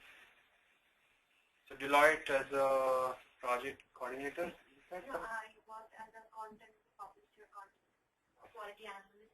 Okay. Content publishing team. So good. So you have some kind of like IT exposure kind of. No, I didn't. Hmm. It was basically about the internal documentation, the content writing, content publishing the deliverables on our internal portal. But Deloitte is more into IT also. Yeah, yes, it is. Like it has like different things to do, like tax, advisory services, financial services. We're in Gurgaon. Deloitte has offices in Gurgaon and they have. South Delhi, Hyderabad. Yeah. So where were you? I was in Hyderabad. Hyderabad. You're from Hyderabad? Right? I'm from Hyderabad. Okay. Okay. So, any questions so far? Anyone on phone who has any confusion or doesn't make any sense? What is a JAD session? What the hell is brainstorming? Why we use shadowing the SME? What exactly is survey or questionnaire? Any question? Any advice? Comment? Observation? Suggestion? Thought? People on phone are very quiet today. What's going on? Are you guys here with me or you guys are enjoying some Sunday evening show, Saturday show? Yes, I told you to be on mute, but... No, I'm very much with you. Okay, good. I know Parveen is not well, so that's why she's quiet. But I hope there's no other reason. Natalie said no questions are. And Sumana said no questions so far. Okay, guys. So if you have any questions or concerns, do stop me, ask me, okay? I just don't want to go on and on and on without it making any sense. Okay. Prototyping. So prototyping is, as I said, one of my favorite way of eliciting requirements. What that does is just creating the mock-ups. Mock-ups of the functionality or the screen. So it makes it easier for the business users to have a look at it and provide you feedback. Okay, this looks good, this doesn't look good. Can you move this a little bit here on the screen? Can we have this empty space filled with some kind of FAQs or some links that we use very often? So if you create some kind of a mock-up, these days you will hear from everybody that they are visual, I'm a visual person, I see it. If I see it, I believe it, or I talk about it. So everybody's a visual. And as I say, a picture is worth thousand words. If you ask 10 types of questions and they're giving you answers, would it be better that if you create some kind of a screen mock-up and they'll have a look at it and you tell them that, okay, this is what, as per my understanding, this is what I came up with, and after this you click on next, you see this screen, and when you click on go, you see this screen, and this is how the screen look up, UI will look out. UI means user interface, if you don't understand.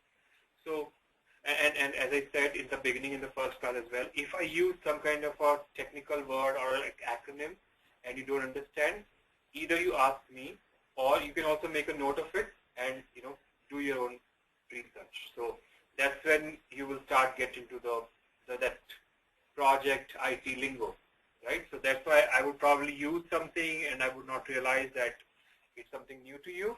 So stop me, ask me, what does it mean that you just said? I don't understand, and I clearly understand. I completely understand that you are coming from a different, that you don't have IT projects exposure. So it's okay to not know, and this is the chance. That's why we are going through this training, that you can get used to that lingo, that language that we use in the IT project. So if there's something term or concept, or I just said because I do it every day, and that doesn't make sense to you, don't think that because he just said it in the flow, I should know it already. There's quite possibility that other people might not know as well, and I just said it because it's natural for me, but you guys are not into that. So you can ask me anytime. Stop me, ask me, or if you think that it's going to break the flow, or you think that I think this is what it means, but I'm not sure. So you can make a note of it, and you can Google yourself, and even then, if you don't understand, ask me. Okay? Don't assume that this is what it is. You can ask me anytime. So creating the UI mockup. UI means user interface. Some kind of dummy screen, mock-up screen. If you can, if you are in a JAD session or in an one-on-one interview, or you guys are just having a brainstorming within the team, if you just stand up and just using a whiteboard, use the marker, just create a wireframe or a screen mock-up and say, okay, if this is what is the current screen, and are you saying that we remove this right-hand side portion of the screen, and you want to have these columns here, this is a drop-down, this is how the next button would be, this is on the left-hand side, there will be links to various utilities, links, and all the stuff. So if you draw it, probably it will be easier for your audience, your users, your business SMEs to visualize, oh, okay, so this is how it looks. Yeah, can you move that stuff there? This is not what I like it. Oh yeah, this is a good idea. So that kind, they will start talking.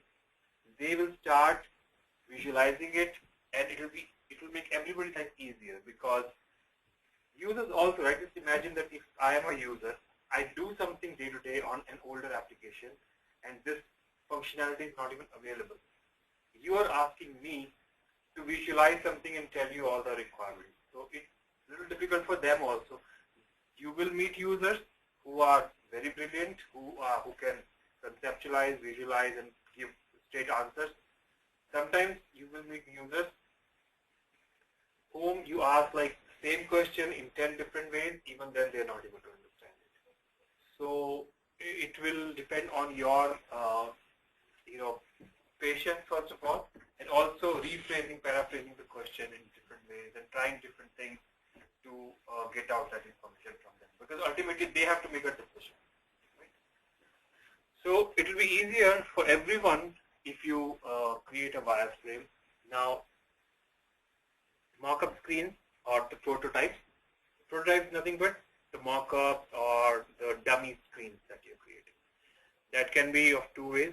One is, as I said, you just stand up, and on the whiteboard you just start creating, okay, this is my database, this is my screen, this is my other application.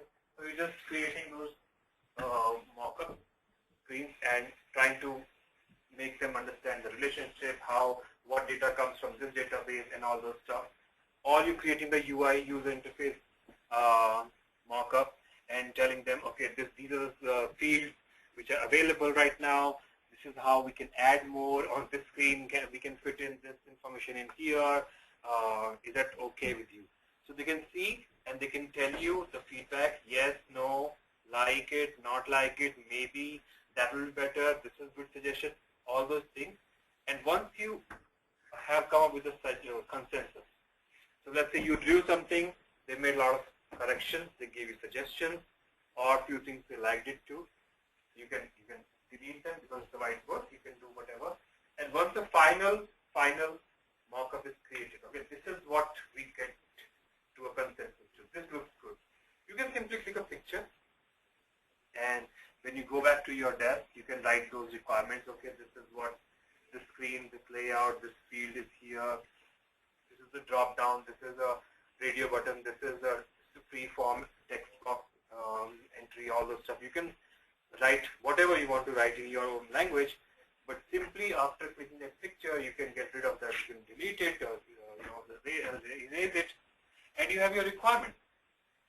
So it will be easier to bring them to the consensus, and that's what a throwaway prototype is. Throwaway means just to elicit the requirement, just to bring them to consensus. You drew it, and after that you either click picture or, if it's a pen and paper, you can use pen and paper too. On pen and paper, you draw it roughly. You okay, this doesn't work. Okay, this goes there.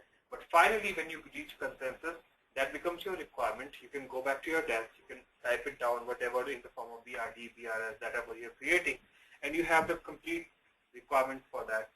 So after once you have transferred them into your BRD or your notes or wherever you are writing the requirements, that prototype can go away. That's a throwaway prototype. The only purpose that prototype served was to bring them to the consensus, to agree to the requirements. Even though they are rough, there's so many, scratching here and there, cutting, deleting, strike out, new fields came up. Okay, this doesn't make sense. The only purpose that throwaway prototype is serving is once you have agreed upon mock-up, the prototype, that becomes a requirement. You can go back to your desk, you can type it down. Okay, this is what I understood, and this is the agreed upon prototype, and that goes in trash. You can throw that away. The other way of doing prototyping is evolutionary prototyping. What that means is you ask your developers, based on whatever information you guys have, you ask your developer to create some electronic screens, like dummy screens only. Just ask them to create some screens based on what the information you got in the last chat session, and you want to confirm your understanding. You can ask your developer to create the electronic screen. So it's clear to the developer that this is just a prototype, just a dummy thing. We will get a lot of feedback, and that's the purpose. That's what we want.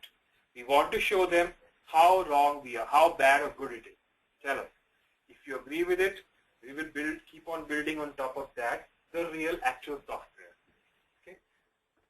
If there's 90% things you like, 10% things you say, now that I see this, I know I gave you the requirement, but now that I see it on the screen, I feel this screen should come before. Can you move that area there? Can we have that logo moved there? Some feedback they will give. So that's fine. That's what we want. We want you to be happy. We want you to see what you think is good and what you think is not good. So now tell us what you want. This is what is about our understanding. So that becomes the evolutionary prototype, meaning we created the dummy screen. We started with dummy screen, but as and when they start giving us the feedback, they start providing us the constructive feedback, we will build on those dummy screens, and that will become the actual software. So the developer's efforts are not going waste. He started with dummy, knowing that these are dummy screens, but as and when the users say, okay, this is good, get rid of that, remove that, get rid of this, this is good, can you move that? So on top of that, he will keep building, and that will become, as a BA, I know we are getting the requirements, I can document whatever I want to. Developer knows that, okay, this is what users liked it, this is what user did not like, this is what user liked it, but location is some different, like the flow. In the flow, they want it a little later, or in the screen layout, they want it here, they want configurational changes. So they can do their part. We can write them down in requirements. So basically what I'm saying is it's the visual method of taking out the requirement and one of the easiest. Because when usually people see the screens, no matter how dummy they are, I mean the fake screens, the mock-ups are, they can visualize it, they can tell you. Okay? So mock-ups of screens or report layouts for a proposed system in order to elicit requirements for it can be paper, pencil or electronic.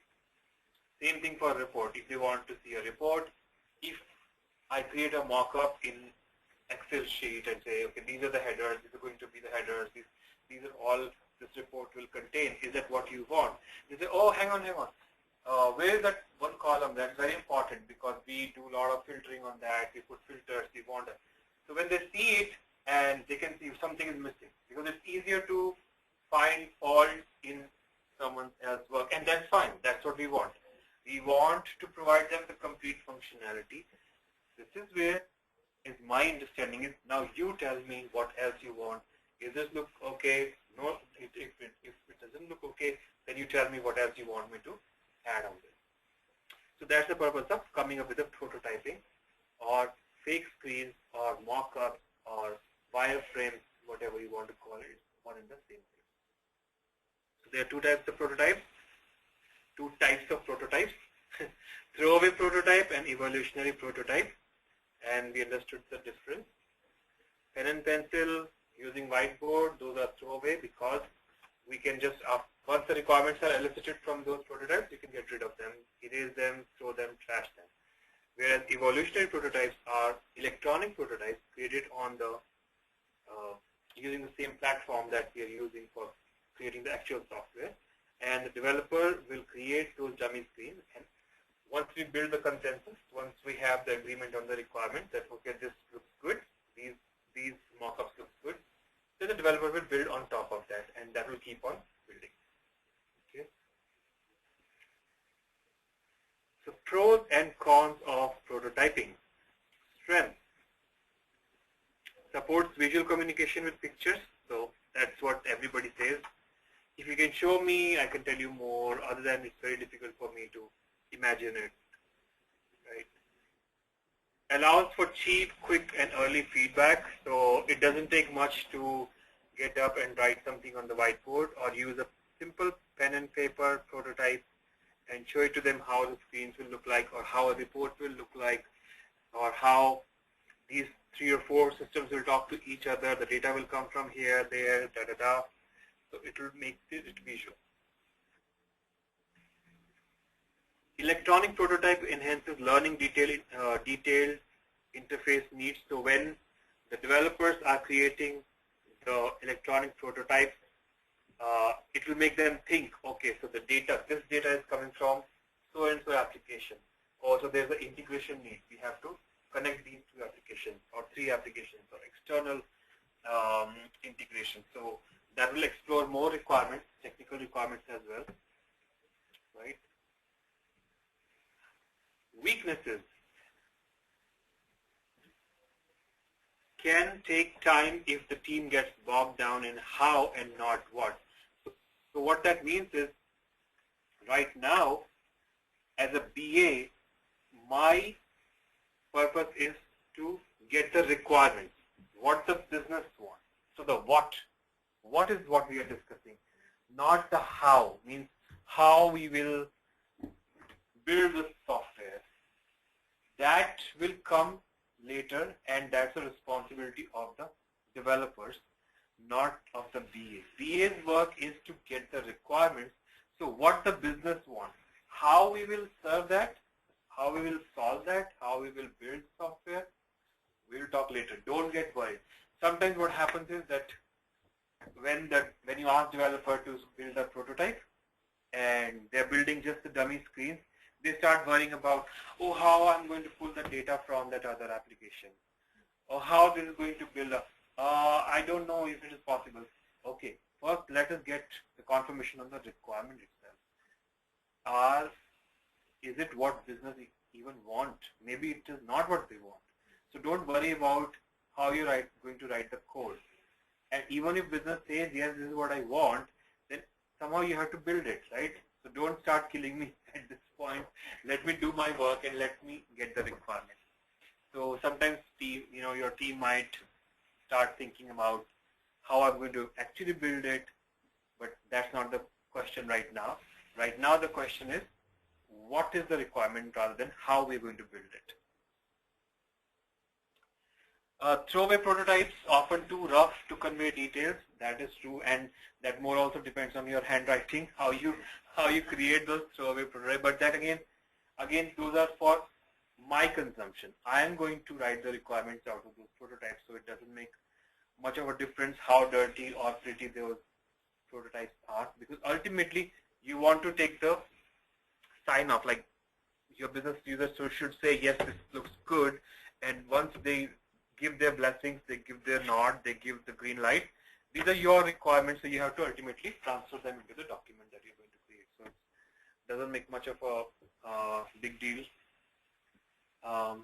Electronic prototypes can mistakenly look like a functioning system, so that's the expectation that you have to set clear, because sometimes when people see the business users, especially business users, they see the dummy screen and they think it's done, it's been built.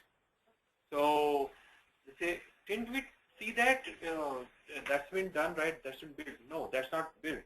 Those are just the dummy screens. So sometimes they can just think, okay, they have already done it. So yeah, this looks good and we are done. We are not done. We are just showing you what is our understanding. These are just the dummy screens. You tell us if they look good, then we will start building on them, So that kind of a thing. So just setting the expectations right. Any question on prototypes, throwaway or evolutionary? People on phone today are very quiet. I'm good. Okay.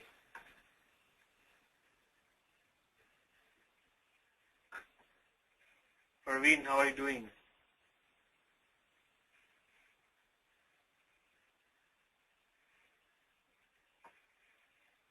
Any question, Natalie? I'm okay with it for now. Okay. Anyone, Sindhja and Sumana, any questions? No questions, Lalit. No questions. I'm good. Okay. We didn't get your introduction, Sumana, because last time you were not present in the class. So once we're done with the interviews, not your interview, but interview the one of the elicitation techniques, we would like to, entire class would like to hear from you. What are you doing, and what's your background? Okay. Okay, sure. And also you have to tell us what was the last movie that you watched, and what you liked about it, what you did not like about it. Okay. Okay. Okay. So after prototyping, we have one more thing, which is interviewing. So one-on-one interview, that can be one-on-one interview, that can be one BA and multiple SMEs. You can get them in one room and, ask your follow-up questions that you had from the JAD session probably, or that require further explanation from the questionnaires or surveys that you sent out. That can be from the shadowing that you did with them the other day. You were following them and you were sitting in their cube and you were watching it, but after that you thought, what was that? That didn't make sense to me. So have one-on-one with them, or it can be right from the scratch. You can have interview just to get you started. Like you don't understand anything, you don't know what they do, what this particular module they're trying to talk about. So if you have this interview set up with business users, they can probably show you the current process, how they're doing. Because see, whatever we're going to build, the business is doing their job today, right? So maybe they're using an old application, which is like legacy system or mainframe system, which was built 20, 25 years back. it's the old system. Everything has to be punched in. It's not that sleek web-based application which is fast and with a click of mouse they can do. It's not user-friendly. It's a mainframe system, very old and very old, slow. But there is an application in place. So there are screens, no matter how slow, no matter how non-user friendly, no matter how old, but there are screens. So probably you can watch, you can ask them to show you how they're doing it today. So they understand the current process, and that will make you come up with more questions that, okay, so how you want in the future state. So we are building this application on .NET or Silverlight or Java, whatever web-based application that we are building. You will be able to use, click on mouse, you click on next, you will have next screen. It's going to be fast. But what are the additional features that you want? So all those things. But just imagine you didn't have any chat session or no follow-up or no shadowing, but you just want to get together with them to understand what they're doing today. Even then, as I said, there's no right or wrong way of following these techniques. It's nothing to say that if interview is sitting here on number 6, so you will do it as a follow-up thing. You can start with the interview. Start with one-on-one, set the expectation right, build the rapport, because if you are meeting them one-on-one, there's no team member, no one is there, no project manager, no developer, no tech lead. It's you and your SME. You can build, rapport, you can be friendly, you can have some kind of a side talk so that when you go for actual meetings, that rapport is already built. So they will help you in wherever need help. So that's a good way of building a rapport. Even if you're not talking about any requirements, you can just set up some half an hour time to I mean, I can't say socialize because they are also busy and socializing. We are not there for socializing, but just set up one quick agenda and use rest of the time to build the rapport, so that when you go with the team and you have the chat session set up, you have some kind of interview, the requirement workshop set up, they already know you well, and there's some kind of a rapport between the users, so you can ask questions. So in interviews, in-depth questioning, producing information that eventually become requirements. This is probably the most common and understood elicitation technique. It involves systematic questioning of stakeholders to learn about their problems, root causes of them, and the stakeholders' requirements. Interviews may be formal or informal, structured or unstructured, and by individual or by group. So you can have 3 or 4 stakeholders, business SMEs, and just ask them how they do currently. You can just watch over their shoulder and ask them questions. So it's more informal rather than having the shadowing thing and then just watching their work. You can have one-on-one interview, you can ask questions, you can participate, bring them to a conference room or take them, just have a quick walk with them and ask informally whatever is in your mind if you don't understand their process.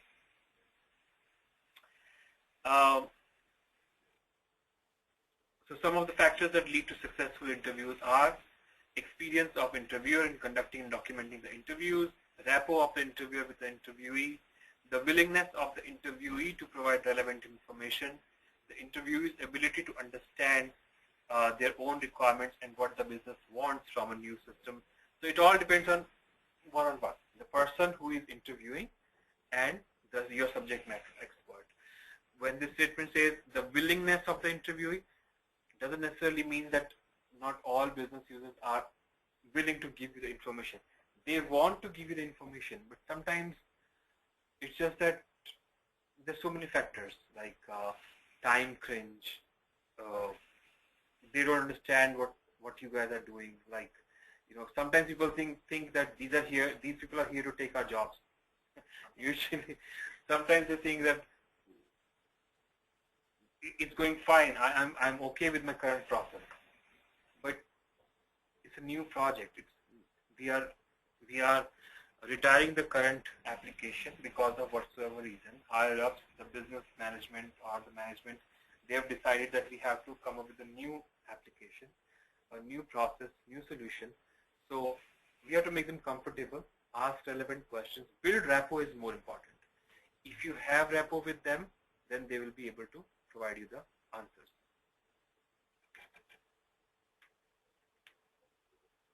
Okay. Again, there are two types of questions in interviews as well. This should be not survey because we already discussed about surveys, questionnaires. This is interview.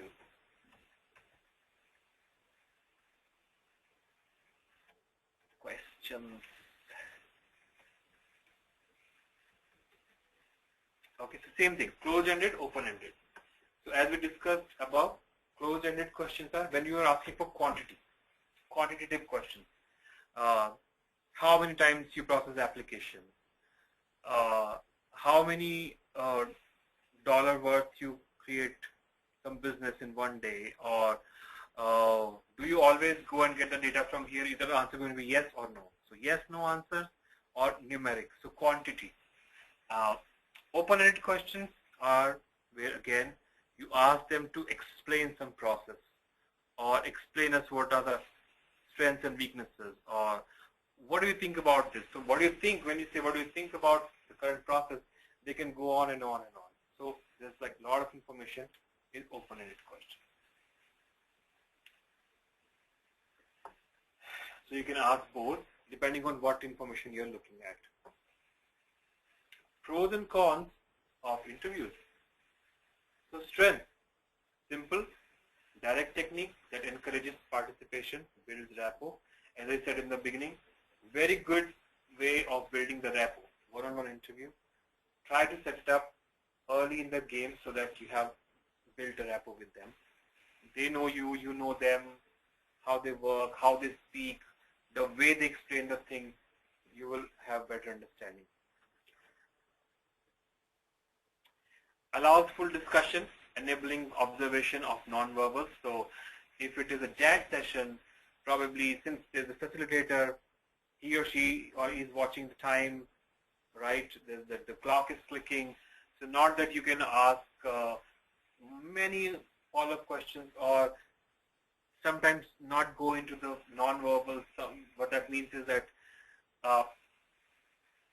if it's a formal setup, right? Your SMEs are sitting, their managers are sitting, and even in IT, top-notch people, project manager, everybody's sitting. Sometimes if you ask a question and he says, yeah, yes, I would say yes. He's saying yes, but looks like he's saying no, right? So sometimes people use some word which means totally opposite of what the word that they use. If they're saying, yeah, I would say yes, means no. So if it is a one-on-one interview, you can, can you explain better, like what do you mean by yes? Does it mean like are you not sure, or why do you say that, yes or no? So you can judge the non-verbals or body language. By body language you can understand, you can follow up on where you want to follow up. But if it is a chat session or if it is something very formal setup, then probably you will have to take those words, the words that they are giving to you, but you cannot follow up on the body language, the way they presented it. If it's an interview, one-on-one session, then you can probably have follow-up questions as well, right? Of course, allows for follow-up questions and maintain focus, so that's one good thing for interviews. Allows for private discussions of sensitive issues, so sometimes like HR, legal, company finances, there are certain sectors, domains where people are not that forthcoming because of the sensitivity, HR issues, HR policies, legal requirements. So if it's a complete army of IT and there's so many people are not that comfortable. In those cases, setting up one-on-one interview would be better so that they can talk freely. I have worked on certain modules or units where they don't like to come in the IT sessions. So in that case, I had to go to their certain department and there take the requirements and understand, because those are sensitive issues or sensitive requirements because of whatever HR, legal, or sometimes in companies there are special investigative units. I didn't know that I work in insurance company. I never knew that there is a unit called SIU, Special Investigative Unit, which sounds like the FBI. What they do is it's like some people do a lot of hanky-panky things in insurance, like making fake claims or doing wrong type of insurance claims. So if the claims department feels that this claim seems to be fake, so they will pass it on, this information, to that special investigative unit, and those guys will do their own investigation and find out whether this claim is a fraud claim or a genuine claim. People do a lot of things, like one example was that a person claiming a disability, that I'm disabled, I'm on bed and I'm not able to work. So if, for example, people in the insurance company feels that really, and there's some point that they feel that this claim is not a genuine claim, and if they sit in that person's parking at 4 a.m. in the morning and they see that this person is going for jog, so how this person is on disability. So those kind of things. I mean, and I didn't know that all the insurance companies, these auto or workers' compensation or these homes being burnt and all those stuff, when they get claim and they feel that this is probably a fraudulent claim, they do all those investigative procedures. So units like that, functions like that, and departments like that, they might not be able to comfortably provide you information in a JAD session setup. In that case, you will have to set up the one-on-one interviews with them, those subject matter experts.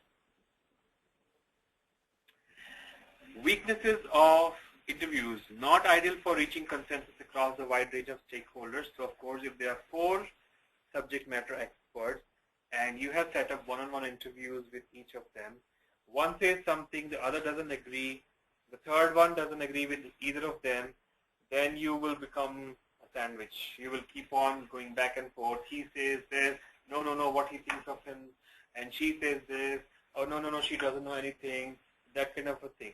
If they are together, face to face, set up a chat session, they want to fight it out, tell me what you want, right? So in that case, if there are multiple stakeholders or multiple subject matter experts, that won't make sense to have one-on-one interview. Requires considerable time commitment by participants.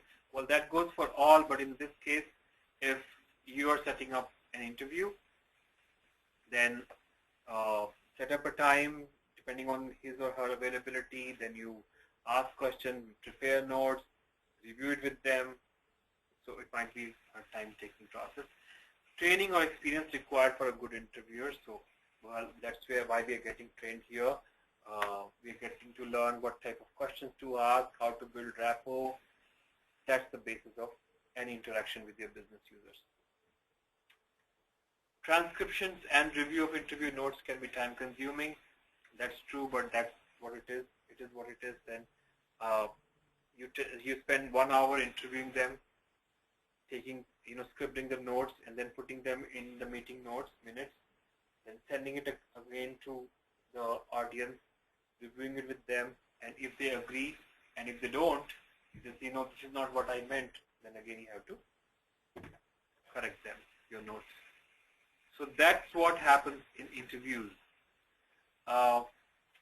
Any question on interviews or anything that we learned so far? Interviews, prototype, brainstorming sessions, shadowing the SMEs or observing them, surveys or questionnaires, JAD session or requirement workshop.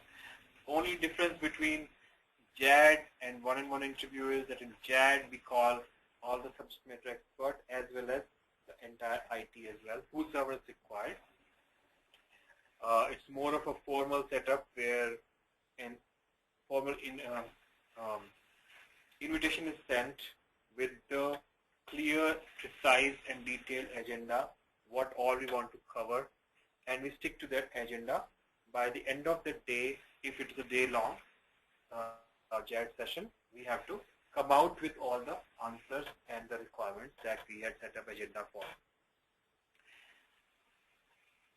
Okay. So anything, any question, thoughts about these techniques that we use with our business users to get out the requirements or the information?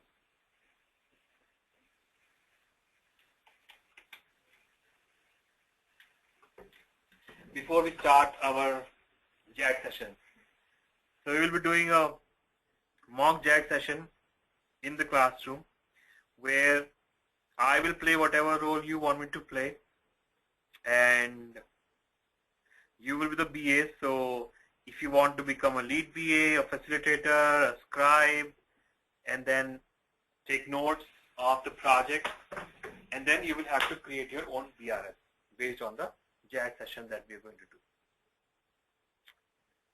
Okay, sounds good. You are excited to do some work? Yeah. Okay. To take the notes, conduct the JAD session. I will be whatever you want me to become. A subject matter expert, or I can help you, and I will be wearing multiple hats. Okay. If you want me to become BA, I will come on your side. What type of questions you need to ask? And if you want me to become the business SME, I will be the business SME. Okay. So, but everybody, all the BAs, because you are taking BA training, so as a BA, you feel free to ask questions. Not feel free to ask questions, rather that will be your responsibility to ask the pertinent questions about the project, about the functionality, how I want it. And of course, you will be taking notes. We will set the rules that, okay, if someone wants to become facilitator, they can. If someone wants to become scribe, they can.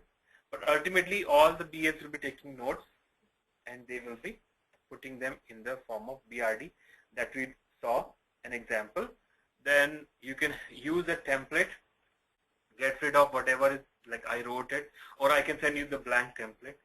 Then you can, whatever notes, based on your notes, you can create the BRD. That will be the assignment. Okay. So before we start doing the in-class mini project, anybody has any questions or anything that doesn't make sense so far? Anything that you think is completely beyond your apprehension, you did not understand so far? Not from the training perspective, but anything out of curiosity, or you think I need to ask, you can ask now before we start the JAD session for a mini project.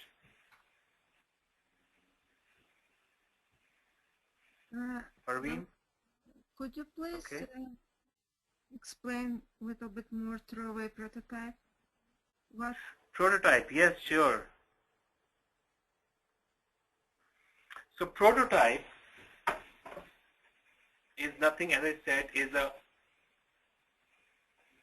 mock-up of screens or anything that you're discussing. So if you're discussing some screen layout with the customer or a report that they want to generate, you can just create a mock-up or a fake, a dummy screen of that particular functionality. That can be on a paper, like you're using your notepad. You can use that and start creating one mock-up screen, or you can do it on the whiteboard. So those are throwaway prototypes, meaning those are just simply mock-ups of the potential screens or reports that the customer wants. So you create a screenshot by just creating, let's start with beginning. So you created one wireframe, which is a frame of the possible potential screen, UI screen. You start with that. You say, okay, this is where the logo is. This is where the company name is. This is where these are the fields that you are going to enter. This field is, let's say, first name, middle name, last name of the customer. This is a text box. Here's the address line 1, address line 2, city, state, zip. State is drop down. So okay, that's way. And with the auto-populated value of New York or whatever. So you're creating all those rough screenshots, the markups, which is throwaway prototype. So in a way of whiteboard or pen and paper. So that is your throwaway prototype, where you're trying to draw some pictures, show it to the users, and if they like it, that becomes your requirement. You can write it down in the business requirement document. And similarly, we have evolutionary prototype, which means, again, the drawings of the screen layout or report layout, those are still dummy mock-ups, mocked up screen layout or report layout, but it's electronic rather than the throwaway, which is on the whiteboard or on the pen and paper. This is electronic screens that you will ask your developer to create it electronically. Once we have those markups or dummy screens, we show it to the users, and users accept like it. They might say, yeah, this looks okay, this doesn't look good. Can you move this screen to there? Can you move this portion a little bit up? Can we have this field also included here? Can you add this field, that field? Can you remove that field? Can you have that date as a calendar? And we can click on that calendar and we can select the date. So they will provide you the feedback, and based on that feedback, the developer will build the same things that the user provided the feedback on, and you as a BA will document in the BRD. So another way of taking out the requirements from the users by showing them something which is not real, but we can build on based on the feedback that you provide, and we can build what you are telling us now after having a look at the mock-up. So it's like showing them a sample. So another example, like just to give you an example, if you want to build a home, then you show them some small architecture or a kind of a toy home and tell them, okay, this is how we're going to build. What do you think? Where you want your master bedroom, where you want your restroom, where you want the kitchen. So they can tell you after looking at the model home, and they can custom made it. It's just like that. Showing them the dummy screen, showing them the dummy mock-ups, showing them some wireframes, screen layouts, and they can do modifications after looking at it, and they can provide you the feedback, and you can include that feedback in the actual product.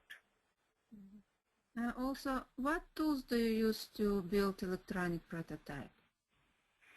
So tools we should not be worried, because the electronic prototype will be created by the developer, and they will build preferably on the language that they're using to create the actual software. So it will be easier for them to, whatever they want to use. That's not a BA's problem. Whatever language they are using, it can be,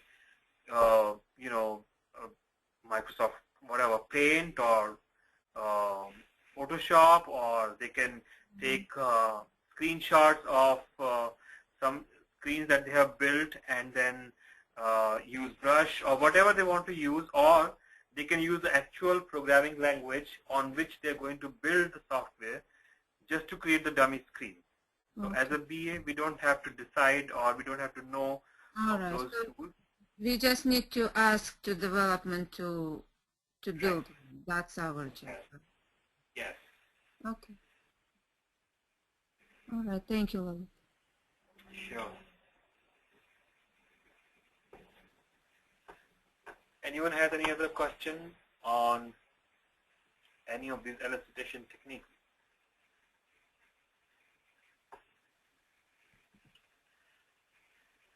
Okay, so then what we will do is that we will do a mini project. Okay, and so you want to decide your roles after understanding what the scope is, or as I said, everybody will be taking notes because you all are treat yourself as the BAs now. You'll be taking notes, asking questions. So you will have to switch, everybody's facilitator, everybody's scribe. And we can start if you guys don't have any questions. Yeah, give me 1 second, I'm sorry. Okay.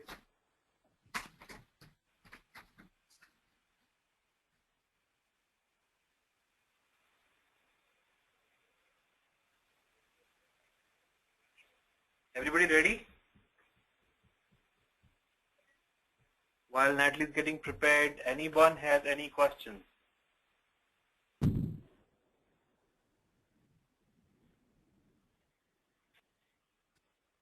Okay.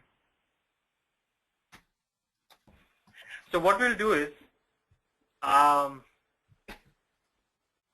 I'm your business SME, okay? So you will have to ask me questions. I will provide you whatever you need, what I want in this new application. Before that, I will give you a complete background of where we are, the current process, what we are doing, and what we want to do in this project. So I will give you, as I said, I'm wearing multiple hats. So project manager, as a project manager, I'm giving you the scope. As a subject matter expert, I will be giving you the requirements. And if you're stuck up somewhere, I will also be helping you as a BA to ask what needs to be asked. Okay, so I'll give you the scope as a project manager, and then based on the scope, what we're doing in this project, you can then we'll take a break, and you guys can decide who wants to be the facilitator, who wants to be the scribe, and who wants to be the developer, who wants to be the QA. But basically, you all are BA, right? So who wants to be scribe and facilitator? Who will be the lead person, BA? Who will be leading the requirement sessions? Who will be asking the questions, and who will be taking the notes? Okay. So as the scope of this project is, so basically we are working for a Bank of America.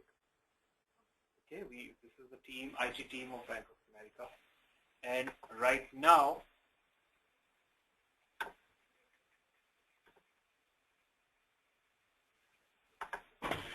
currently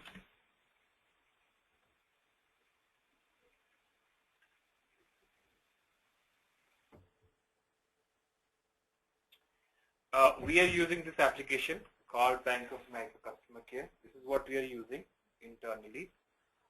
So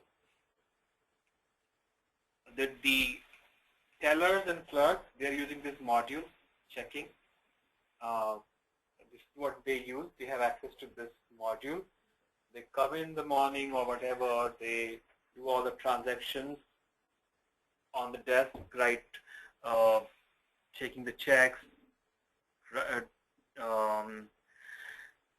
crediting them in the right account. If someone walks up to their desk, at the teller desk, and they want to withdraw money, deposit cash, deposit check, withdraw check, all those normal transactions of, right, tellers.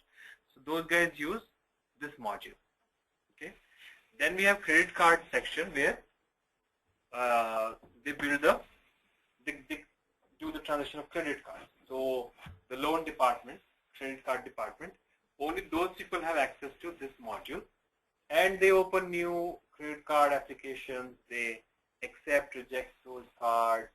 They do all the transactions, generates invoices, and they have access to all the invoices of the credit card customers. So that is where this module is being used. Okay, and this is our home loans department. So all the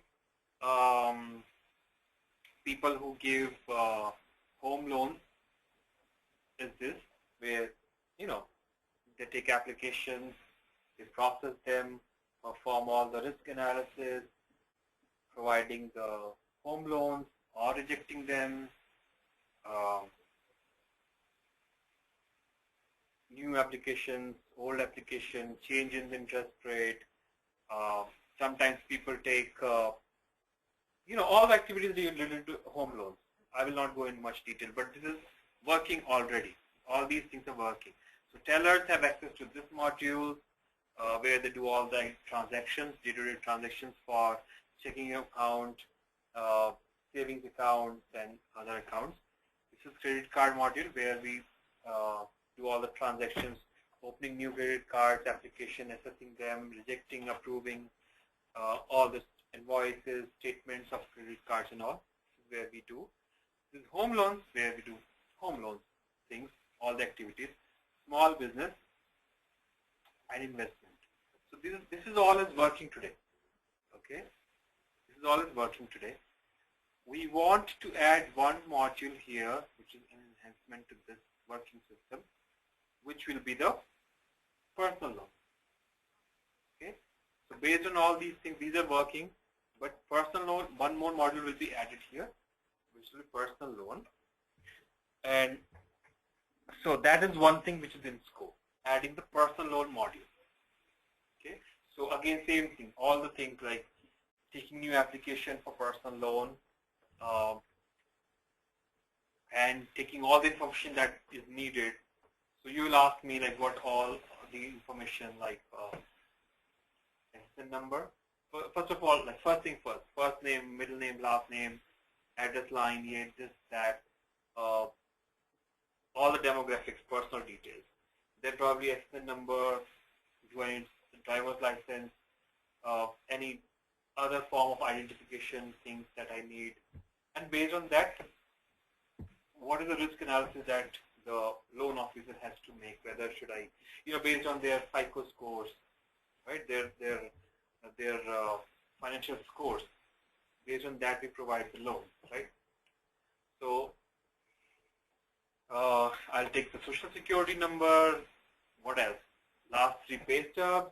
What else? Some whatever it is required. That will be part of the requirement. But basically, the high-level scope is that we want to automate the personal loan section as well, in addition to all these transactions which are happening currently. Okay.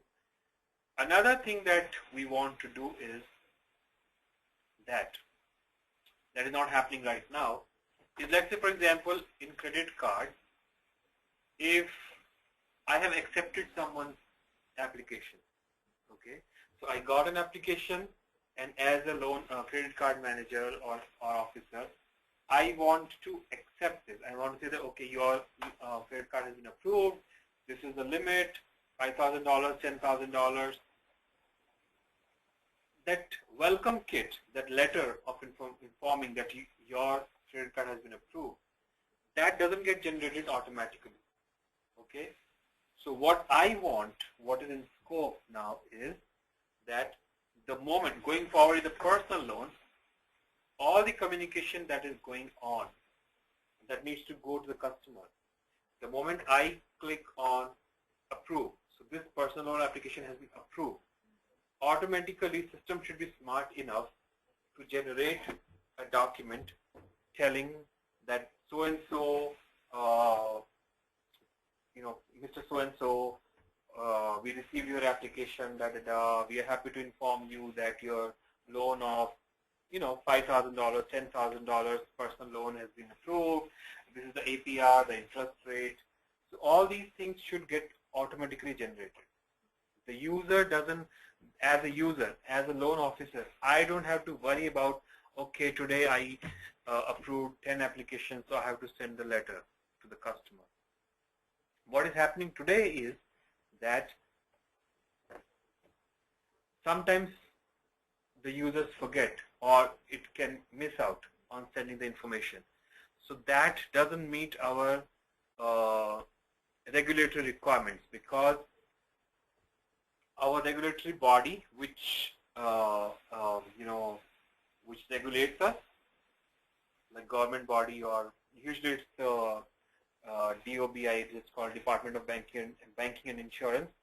Those guys give us guidelines how to run, like some guidelines and a framework which we have to abide by. We have to comply with their instructions. So right now we are not in compliance with them, and if we don't comply with our regulatory body, then they might fine us, they might send us critical letters, and finally, if we don't comply with them, they might we might lose our license to run the business, and we might shut down of the business. So we have to, at any cost, comply with the regulatory instructions that our regulatory body gives us. So right now the instructions are that whenever we make any decision on their personal loan, whether we reject, we accept, we partially accept, because based on, let's say someone applied 25,000, but based on what they're giving us, their income is based on, he's a good guy, nice guy, no problem, but we can't give 25,000. We can give them partial. So partial approval, whatever decision we made, that communication has to be sent out to the customer. So the regulatory body doesn't, they say, okay, we don't care that you're sending the email notification, text alerts, whatever you're doing, the requirement is that a hard copy letter has to go, be using the USPS services mailbox, that has to go to the customer within 2 business working days of the decision that you have made. So whatever changes happen to his or her account, the customer must receive a communication from bank. Okay. So all those communication letters that are going to the customer, they should be automated. The moment I make a decision, as my staff, the loan officers that are sitting on the floor, they are reviewing an application. They say approve. If it is full approved, automatically a full approved letter should be generated, and then from the admin services, someone will pick up that letter and they will send out that letter to the customer. The moment I say that this loan is rejected, the rejection letter should go something like, and we will give you the requirements, because all those communication letters should be using the legal language from fully approved from the corporate communication department. We don't want anybody, like all our loans officer, to use any of the language that they want to use. That is not as per the regulatory body, because these can be sensitive documents. So we want to use a legal language, because these documents can be produced in court of law for any, if there's someone suing the bank or someone has some legal issues. So we want to make sure that these outgoing documents, communication documents, have our corporate communication department approved language. So that is what the letters should get generated from, using the language that I will provide.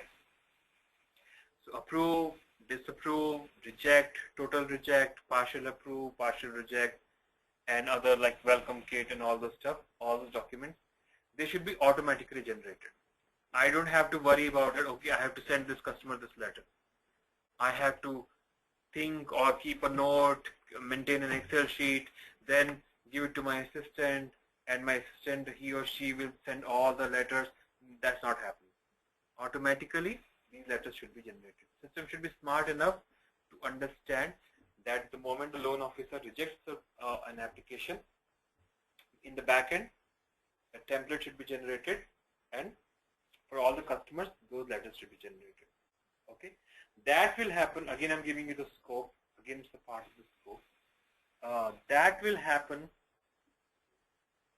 in the night. In the night, now I'm wearing the technical lead hat here. I'm telling you how it will happen. So in the daytime, when we have here one more module, right? Personal loan module will be there. You guys will build it.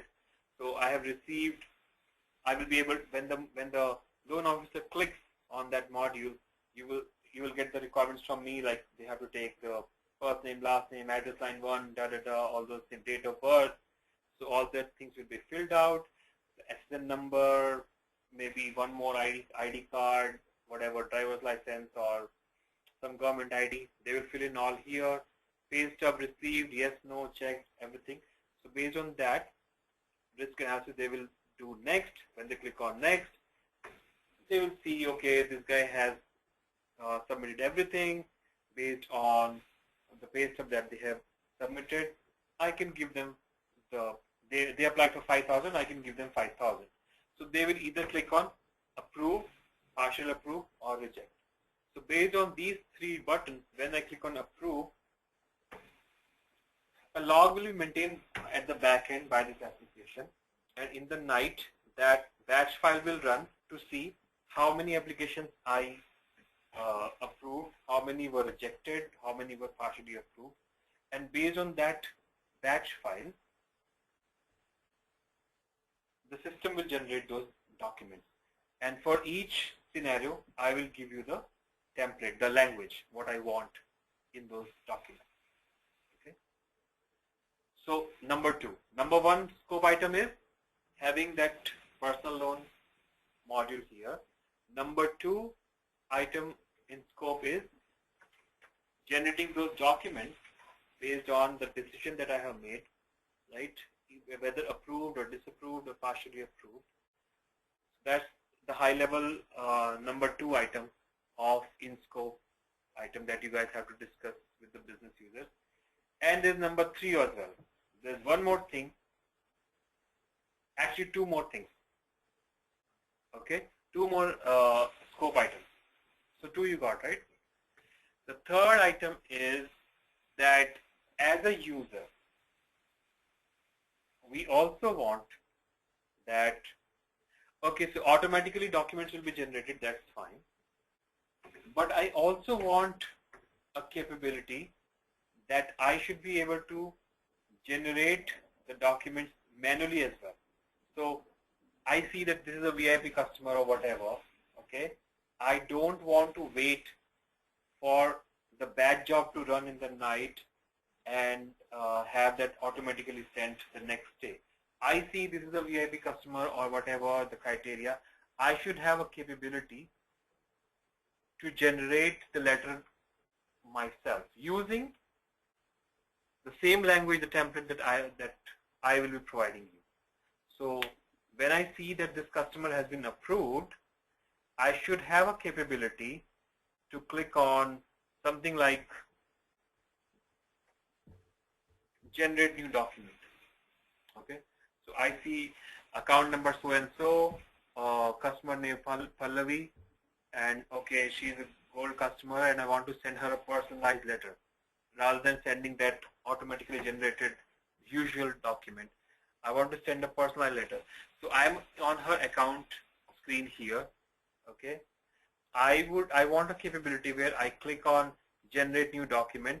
The moment I click on generate new document, I should get another screen should launch, another application where I can select. I can make a selection saying approved loan or declined loan or partially approved loan. So the moment I select, I make a selection saying loan approval document should be created for so and so customer.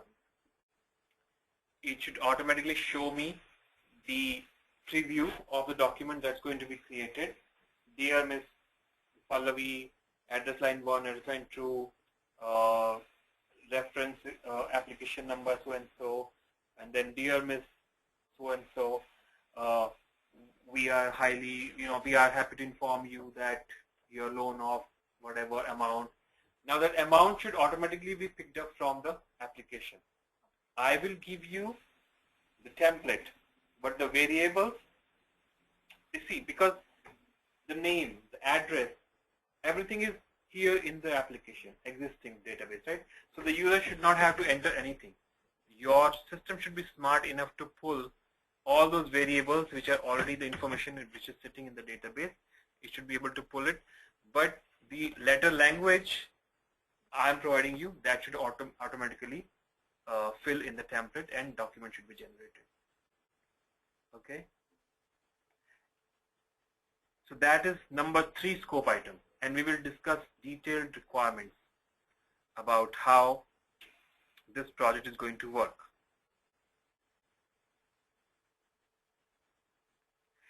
Number 4 in scope item is that all the documents that we are generating,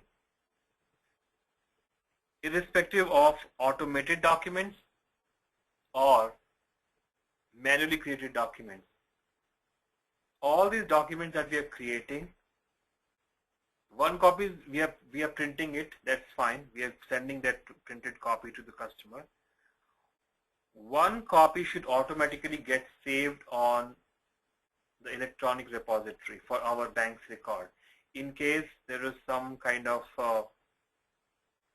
legal issue, or there's some kind of a matter where we need the copy of the document that we have sent to the customer, we should have one electronic copy automatically saved, irrespective of the automated letter that got generated over the night or manually created letter that we as a user created manually. That should go on the electronic repository. Let's call it, there are so many such software and tools available where all these documents get saved. The soft copy gets saved, like ImageWrite, OnBase. There are so many tools available. So let's say in Bank of America we are using ImageWrite. Okay, so one soft copy of all the outgoing documents should automatically get saved on ImageWrite without users doing anything. We don't have to do anything. Say save one copy. If the letter is getting printed, one copy automatically should go and get saved, soft copy on ImageWrite. So these are the 4 high-level scope items that we are going to build in this existing application. We have existing application. All these functions are working fine. We are building one more on top of this, which is personal loan module. That's number 1. We should be able to process the personal loan application. My users should be able to accept, reject, partially approve, right? And then whatever decision is being made,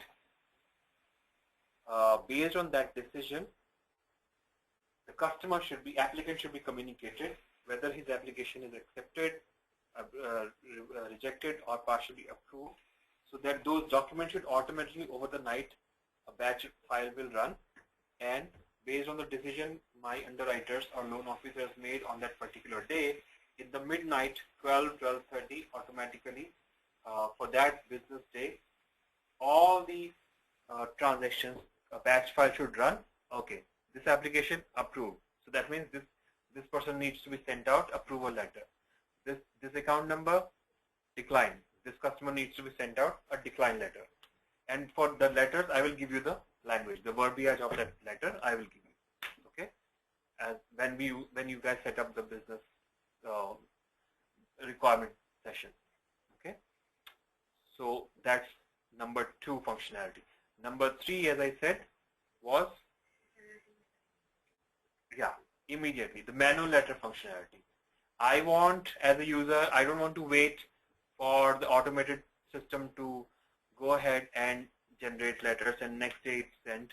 I see that for whatever reason, it's a gold customer, it's a VIP customer, I want to send my customer a personalized letter. So I should have a UI or a mechanism through which I can select the letter and say print, and I can see preview, and I say print, and when I say print or generate, one copy goes to my selected printer and second copy goes to the ImageWrite. And that is actually the 4th item, which says that irrespective of automated letter or manually created letter, all letters generated should be saved on ImageWrite and soft copy should be saved there. So 4 in-scope items are there. High-level scope I have given to you. Now you will take requirements from me how I want these 4 things to work. Okay. Any question on high-level scope or what we are doing here? Like anything that is not clear? People on phone, I'm looking at you because I can see her. I can see that Pallavi is from her reaction, how she's doing, but I don't see you guys on phone. So please let me know if you have any question on the high-level scope of this project, what we are doing. Anything that doesn't make sense to you. I have a question. Sure. And this personal loan should be the only module and all the 4 functions should be within that, or do you need 4 different modules? So when we say that automatically documents will be generated, that's in scope item, but I don't need any module for that because that's in backend process, right? Nothing is used. There's no UI. User interface is not there. So module doesn't make sense there because at the end of the day, that's the backend process. System will run a batch process in the night, looking at all the records in the day that who got accepted, whose application got rejected. So that's all backend process that's going to happen. So there's no module as such that you guys are going to create because that's a backend process, right? Like what I meant to say is there are a few boxes here saying checking credit cards and all, right? So should there be, after investment, should there be only single box saying personal loan, or should there be one more for document generation automated and document generation manual and all? And that's why I'm asking you. When you say that automated documents, the system is going to do it automatically in the back end.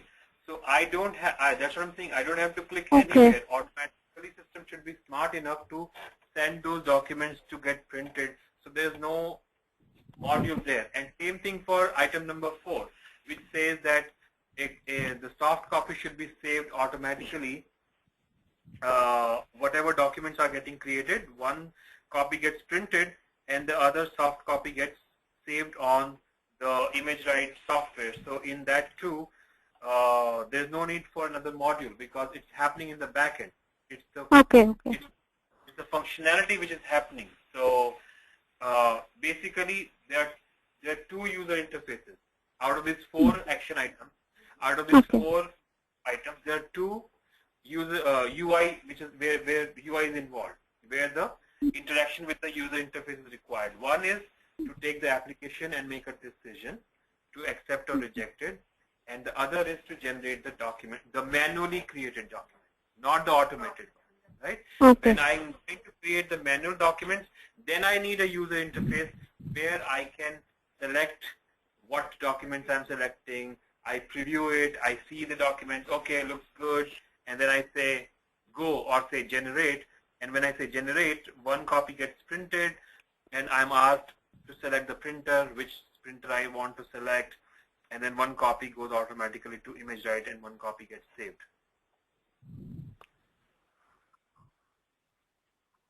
Okay, thank you. Sure. Any other questions on scope?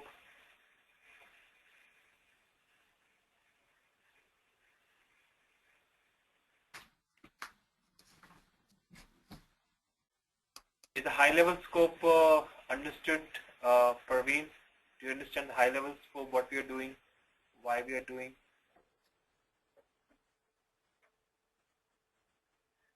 Yes, no, maybe, perhaps, probably.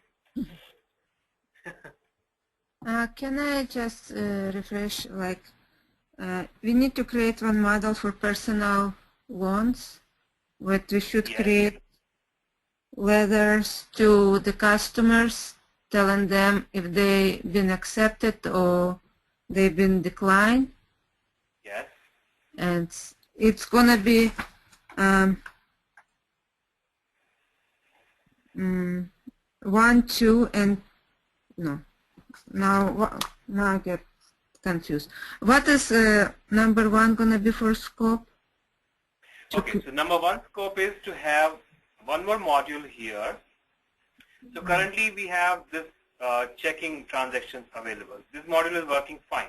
Okay, credit card is working fine. Home loan section is working fine. All these are working fine. We want personal loan additional module here, where my loan officers, people who are working under me, I'm your subject matter expert. I'm your project sponsor. Okay. Right. I'm saying I want one more module here where my loan officers can accept the new applications for personal loan. Whatever information you need from me, like what all information we need to capture in those personal loan applications, I will tell you when you guys set up the requirement session. So you take the information, enter them, then based on his criteria, whether he meets the criteria or not, my loan officer will make a decision whether to accept, reject, or partially approve the loan. So that's number one scope item. Okay. Number two scope item is that at the end of the business day, from 9 to 6, we work here in the bank. In the midnight, at 12, when the end of the business day is reached and we are done with the business, the system should automatically create a batch file, go over all the transactions that happened in this module on that one business day, and see how many applications got approved. Okay, number one record, he got approved. Automatically an approval letter should be printed. Number two record, okay, decline. Automatically for this customer, a decline letter should be printed. So that is number two scope item, which says automatically documents should be created for all the transactions that happened in this module on that one particular business day. Okay, that is number two item. Okay. Number three item. Generate letters by hand. Basically. Not by hand, but manually. Well, manually, yeah. By hand means I'm writing the personal letters. No. Yeah, you're right. I'm just kidding. So we need to just personalize letter. That's the case. Sorry, what's that? Like we need to personalize letter, like make some exception, or we need to add something to or ask for extra documents or something like that? Right. So what I'm saying is that when my loan officer sees that this is a VIP customer or he's an important customer, okay, gold customer, I want to send a personalized letter. I don't want to wait for the number two scope item, which is automated letters. I want to generate a personal letter then and there when I made a decision. So I am on that screen for that, on that account. So Natalie is the account holder, and I want to inform her that your loan has been approved. So I should have a user interface where I click on generate new document. When I click on that, a new screen should come up. Okay. So from this screen, we will launch another application, and the user will see that you want to select approval letter, decline letter, or partially approval letter. So when user clicks on approval letter and they see a preview of that letter, they see that, okay, the customer name is coming, address line 1 is coming, address line 2 is coming, account number is coming automatically from the system, because all this information is saved in the system. And they say, okay, thank you, Ms. Natalie, for applying this loan. We are happy to inform you that your loan amount of so-and-so, whatever the applied loan amount was, automatically that should come. So 10,000, if the customer applied 10,000, automatically 10,000 should come, 20,000, 15,000, all that stuff should come on the letter. And it should say, you will receive a welcome kit or your check in so-and-so days, and thanking you, so-and-so, and end the letter. So when I preview it, I see that letter looks okay, everything, all the information is coming as per the requirements, and I say generate or go, that requirement we will discuss. When I say generate, one copy should be printed and one copy should be saved on ImageWrite, soft copy.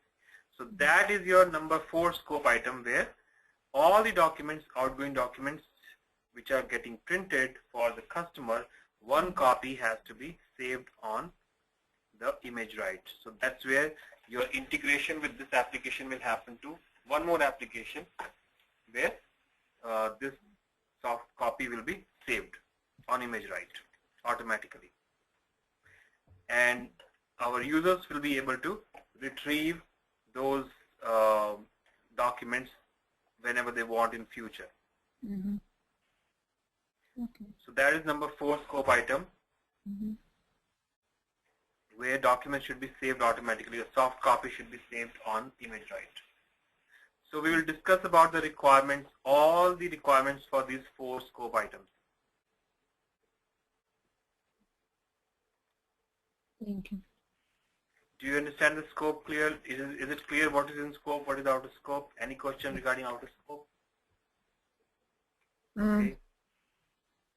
Out of scope, it's probably what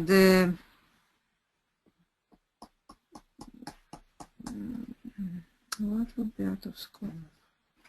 So whatever is not in scope is out of scope. Right. Okay. Right. So whatever is not in scope, that is out of scope for this project team, for this project. We are not going to deliver anything which is not in scope. Okay. So when we write in VR, right, we have to put out of scope items. In this case, generated process gonna be out of scope, like the what you call the software that they use for that. Which software? Not the software, the program that they use to generate letters. Oh, so that is in scope, because we're going, that is not in place right now, right? So we have to build an application where the user will be able to select which letter we want to generate. Is it approval, rejection, partially approval? So that user interface screen we have to build. So that is in scope. Okay. Okay. Excellent. And then what is out of scope is probably that any modification that needs to be made to ImageWrite, because that tool is in place. All the documents are getting saved there right now. We are not touching, we are not making any changes in that software. So anything which is not part of this project, we will not be responsible for making any changes. That team, that is a different team who is going to make adjustment in order to accommodate these additional letters which are coming from this new module. Right? So that's out of scope for us, but it is in scope for someone else, some other team. Okay. And we will discuss all these details, what we are going to do, how we're going to do, when you guys do the requirement session. Okay. But at a high level, do you know what all you have to achieve, what all you have to build, what you all have to discuss? The high level requirements, the nitty-gritty details, that's when we will do the chat session and you will ask like how we want to build it. But 4 things at a very high level. I want additional module here where we can process the personal loan application. I want additional functionality which will create automatic documentation for whatever decision we made for those personal loans. Okay. I want one more functionality where users should be capable of generating those automated letters manually as well, on the fly, as and when they want. If I see this is my VIP customer, I want to send a letter, I should be able to generate it from being on his screen. I see I'm on his account screen, and I should have a capability to click on something like saying generate new letter. Okay, when I click on that, I should be able to select approve, decline, partially decline. When I select approve, I don't have to type everything from scratch. You guys should generate the template. Automatically the preview should come with automatically client's name, last name, address line 1, address line 2. How I want to see them, you will take the requirements from me. Okay. Then the subject line, what is the subject line? Automatically everything should come. My user don't have to type anything. Anything they don't have to type. Okay. When they say that I want to generate approval letter, template should automatically come with all the information that is sitting here in this database when we took the applicant's information. So first name, last name, all those information automatically populate. So those are the variables because they will vary from customer to customer. Next customer, I click on decline. Again, decline letter is different, the body is different, but variables, they're coming from the source system. Okay. So those 3 types of letters, I should have a capability to generate manually as well. When I see a preview, I see everything is okay.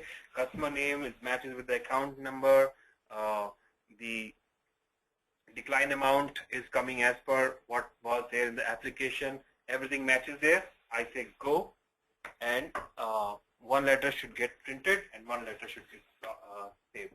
So that is the item number 4. Okay. Now nitty-gritty details. For how long the user will be able to retrieve from that repository, all those requirements, right? So we are saying everything is going and saved on that. But for how many business financial years the user should be able to go and retrieve that information, after how long those documents will get archived, all those requirements you will take from me when we have the business requirement session is done. Okay. So any other question on these 4 scope items?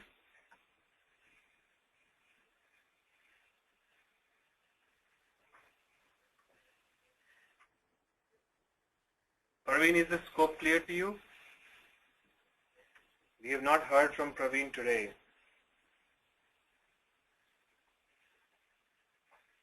I think Natalie is good. She cleared her doubt, right?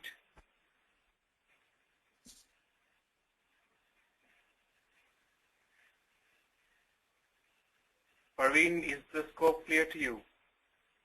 Or do you have any questions? Okay. Natalie says yes. Sindhuja, do you have any question related to the scope of what we are doing?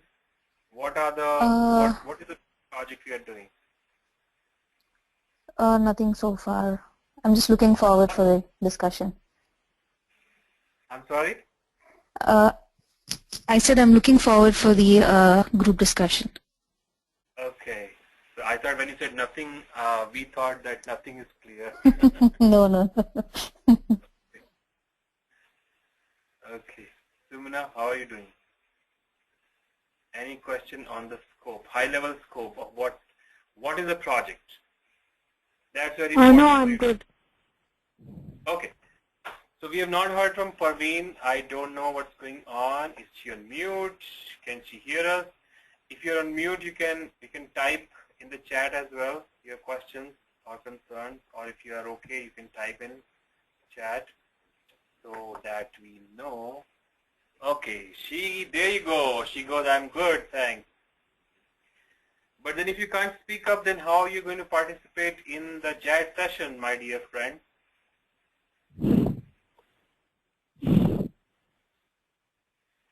Okay. So what we will do is, as I said, roles are defined. You guys are BAs, okay?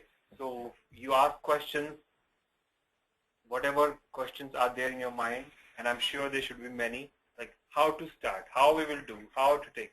And I will give you the requirements, and then probably you will not understand. So you all are the facilitators, you all are the scribes, because you all will be taking notes. And then we take a break, and then after the break, we'll start the chat session. Does that sound okay? Okay, so let's take a break, and then we'll start with the chat session. This will give you time to think about how you have to conduct the JET session, what are the questions that you need to answer. So it's 12:44 or 5 by my watch. So we'll get together at 1. Okay? Okay, so let's meet at 1 and then we'll start the session. Okay. All right.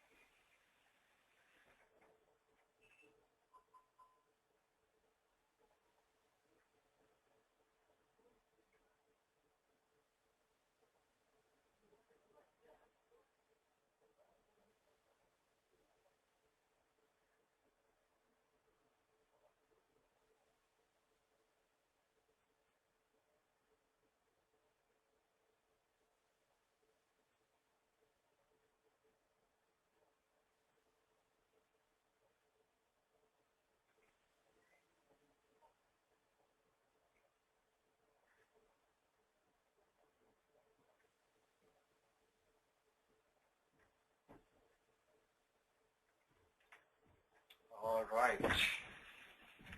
So are we back?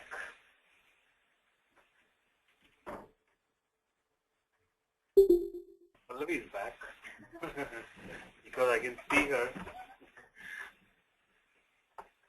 Okay. So hopefully we'll try to cover as much as we can in this 1 hour session. If not, we'll definitely continue tomorrow. So again, any question on scope, what we are doing? There are only 4 things in scope, right? So now, so who wants to take a lead? What are your questions? What do you want? I'm here. So you guys, huh? Where to start from? Where to start from? Okay, good question.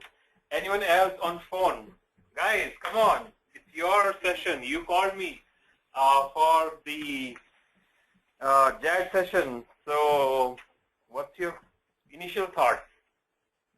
We are here to clear the doubts, right? So no one knows actually what's going on. So since you guys have to develop the requirements, BRD, BRS, so what are the doubts? What is not clear? Ask me. I'm here. I'm here to clear the doubts. I'm your project manager. I'm your business sponsor. I'm your subject matter expert. Because we are using this application day in and day out, I know this application very well. So ask me what is not clear, because I understand you guys are new to this company. This is a new project. We just gave you the high level scope. What, as a business sponsor, I want to get this done. What I want my loan officers, personal loan officers, to have the capabilities. Now, how your software solution will serve, ask me. Well, what is not, like, what are the major questions that come to your mind first of all? Time frame, we have 1 year to get this done, okay? So, good question, because that's based on that, you guys will have the, you will have to ramp it up. You will have to make sure, and then as a project manager, I will give you the time. So first 3 months we have the analysis phase. You guys as a BAs take lead. We have made that decision. We have 3 months analysis phase, and after that, we gave you the high level scope. What are the in scope items, and based on that, you guys set up this chat session. I'm here. We have the developers, QAs also on virtually in these seats. Okay, you have BAs on phone. So why don't we make someone as a lead BA who wants to kick off? Who wants to become like that? Because you're in the classroom, maybe you can take the notes. Not to say that you cannot ask questions. Feel free to ask questions. You are facilitator as well as the scribe on this project. But since I can't see people on phone, so if someone wants to take a lead and everybody helps everyone, right? It's not that if, let's say, Sindhuja is the facilitator, she's the only person going to ask questions. Back up each other, and if someone is going in the wrong direction, you ask the question that is in your mind. So let's start. Okay. So who wants to become the facilitator? Who will ask the first question? Where to start? What are the questions? Let's take first functionality first, right? So first, number 1 action item or number 1 scope item is to have one more module here which will deal with the personal loan application, right? So let's take that, talk about what are the requirements, what are my requirements, what all I want as part of processing that personal loan application. So as I said, we have this system already in place.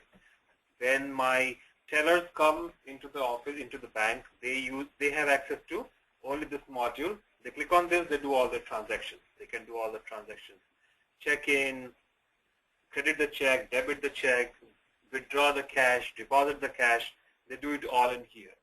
Credit card, users come in, my loan officers, they see if some online applications were received for credit card, they process them, and they make a decision either approve, decline, or partially approve. They all do it here. Home loans, they can take up all the information on phone. People can take information on phone, enter all the first name, last name, address line 2, address line 3, zip code, state, country. Of course, we do business only in America, so there's no other country. In USA, we enter all the personal information. We enter date of birth. We enter SSN number. We enter the driver's license number or any other piece of government ID. That can be green card, that can be passport, whatever. After entering 2 forms of IDs, one is SSN. Other than SSN, we enter driver's license plus passport number or whatever. Okay, and we take last 3 pay stubs, a letter from employer, a letter from whatever is requirement for home loan. Okay, we take that. My loan officers, they make a decision. They either approve, reject, or partially approve. So that's what happened in this module. Similarly, small business investment, and then we want one more module here, which will say personal loan. Now, okay, any question on that? Further, what do you want to know from me? I'm here. It's your session. It's your chat session. Anyone on phone?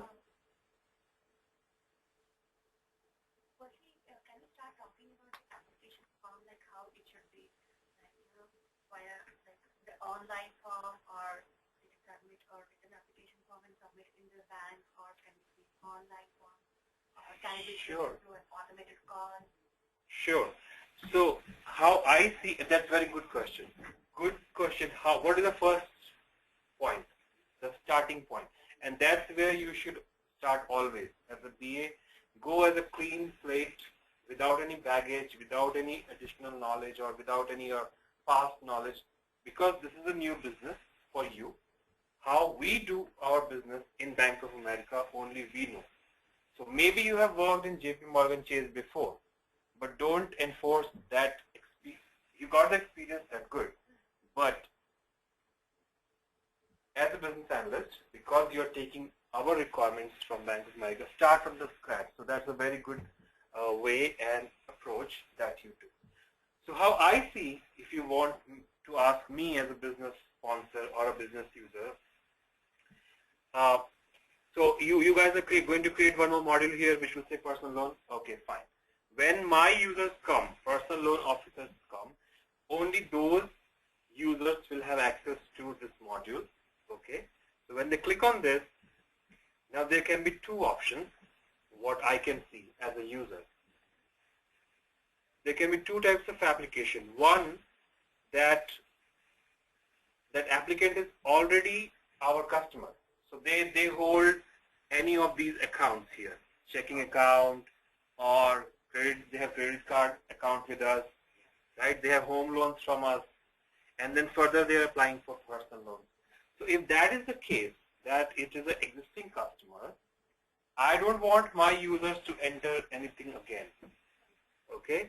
So then the first here is, the moment we click on personal loan, there should be an option for them to select either it's an existing customer or a new customer, right? If the user clicks on existing customer, automatically a text box should appear wherein they can enter the account number and say go. And then when they enter the account number here and say go or next or whatever, automatically the system should go and validate, right? So if that account number is checking account number or a credit card account number or a home loan account number, and if the system is able to go and validate that, okay, existing customer, existing account number, valid account number, a customer in a good holding, and so automatically all the information should auto-populate on this screen.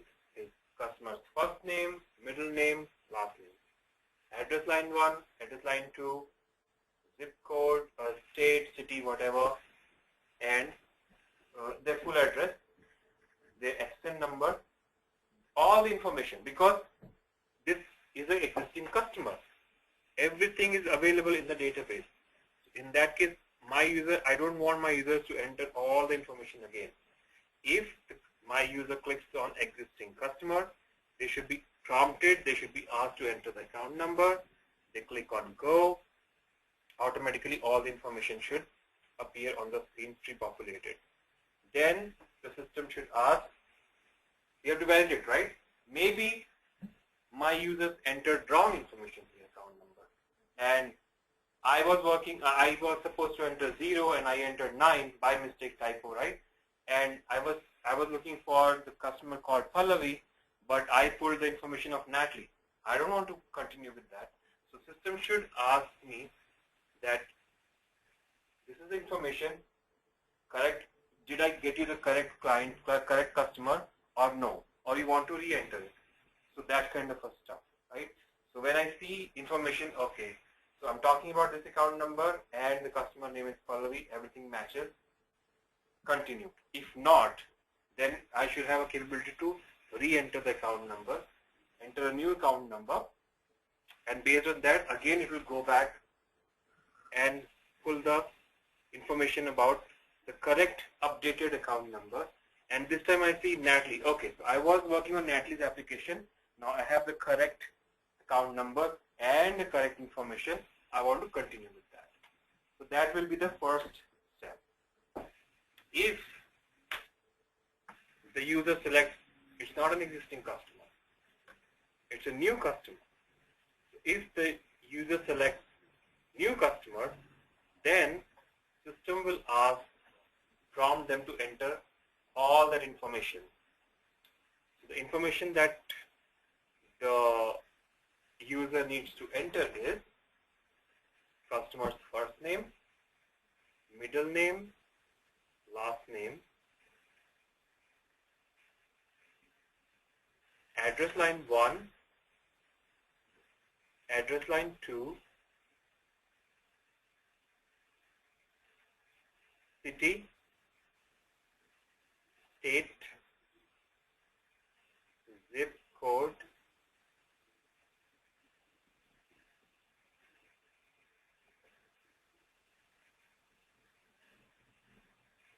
and since, as I said, that we do business only in the US, so the country should auto-populate. We don't have to all the way select, like, because that's another click for the user, right? So it's not a user-friendly system if they have to unnecessarily make another click or enter something unnecessarily when we know that we are never going to do business in Britain and like UK or any other country. So why they have to all the way go and select USA? It should always be auto-populated to USA.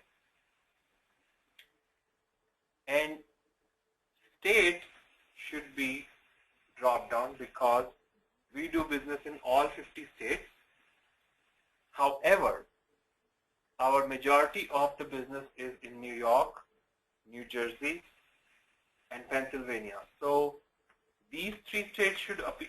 So because our 60 to 70% business is in New York, okay? So I want New York to be auto-populated for the state drop-down. It should be auto-populated because 70% of the time our business is in New York. So that's where the user, I don't want my users to 70% of the time they have to make a selection for New York. It should be auto-populated to New York. Then second entry in the drop-down should be New Jersey. And third entry should be PA, Pennsylvania. And after that, all the states should come in alphabetical order. So A, Alaska, whatever, all other 47 states should come in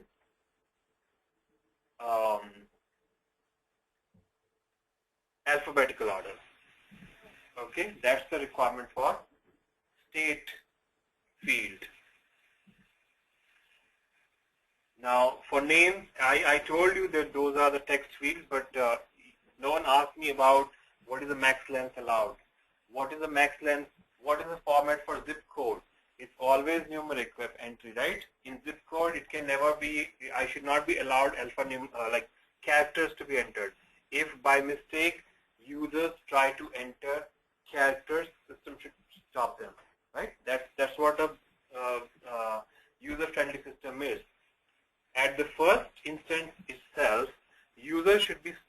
enough that it's not letting the user enter what is not supposed to be entered. If by mistake users enter characters in zip code, it should just bleep out, stop them. We don't want any trash or any entry which later, after filling all the complete form, going to the next page, then you tell them go back and change it. Why allow them, right? So only the numeric entries are allowed in zip code, and zip code also should be entered in 5-4 format. You understand, right? So there are 5 digits of the zip code and then hyphen and then there are 4, right? So that's how the zip code should be entered. That's the format of zip code. 5-4, all numbers, no characters. For first name, max length is, I want is 100 characters should be allowed. For middle name, I only want the initials, no full middle name.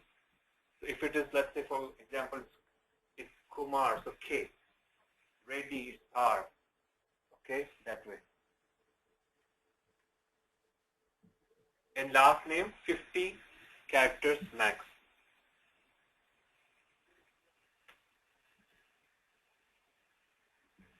Well, actually, yeah, that's correct.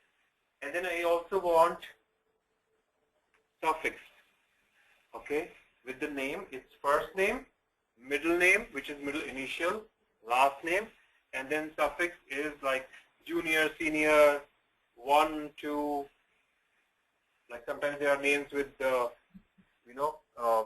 John F. Kennedy 3, right? So there should be a suffix, and that should allow characters as well as numbers, because sometimes there is junior, the suffix is junior, senior, and 1, 2, 3, that way.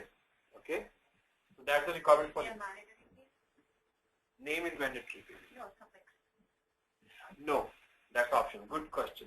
Very good question. Because these are the things that you have to ask.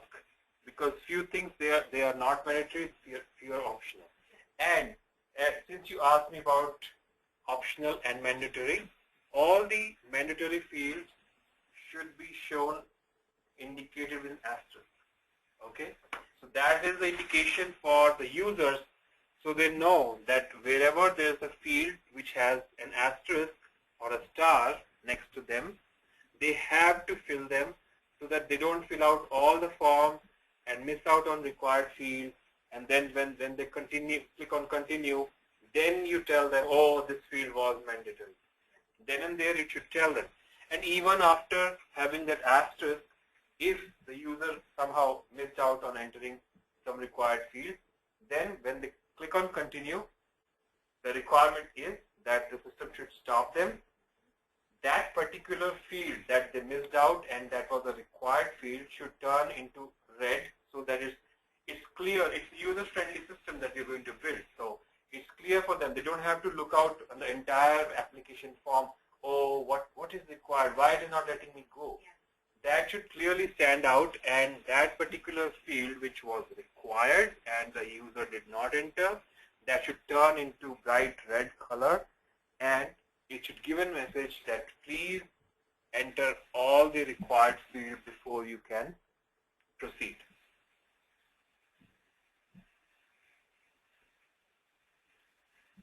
Okay. Is everyone on phone with me? Any question or requirement that I told you didn't understand or you were not able to capture it?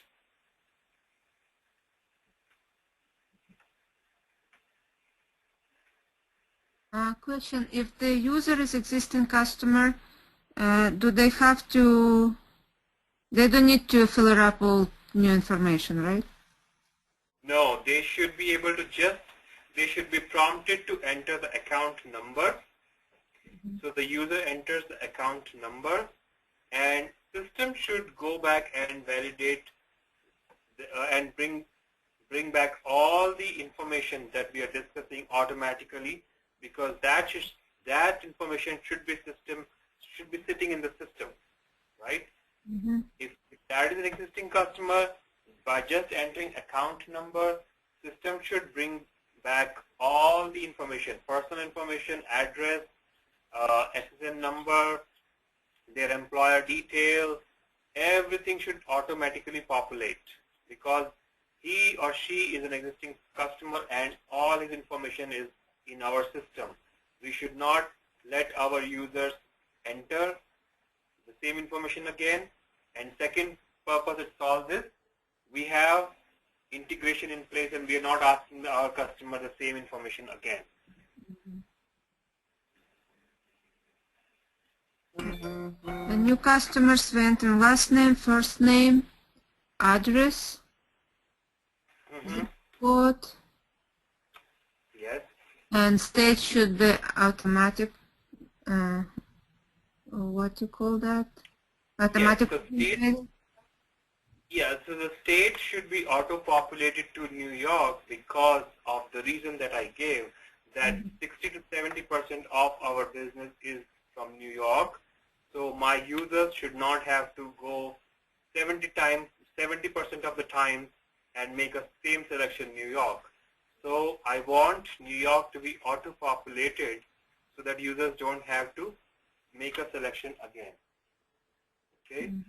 Second selection in the drop down should be New Jersey because that's where our next bulk of business comes from.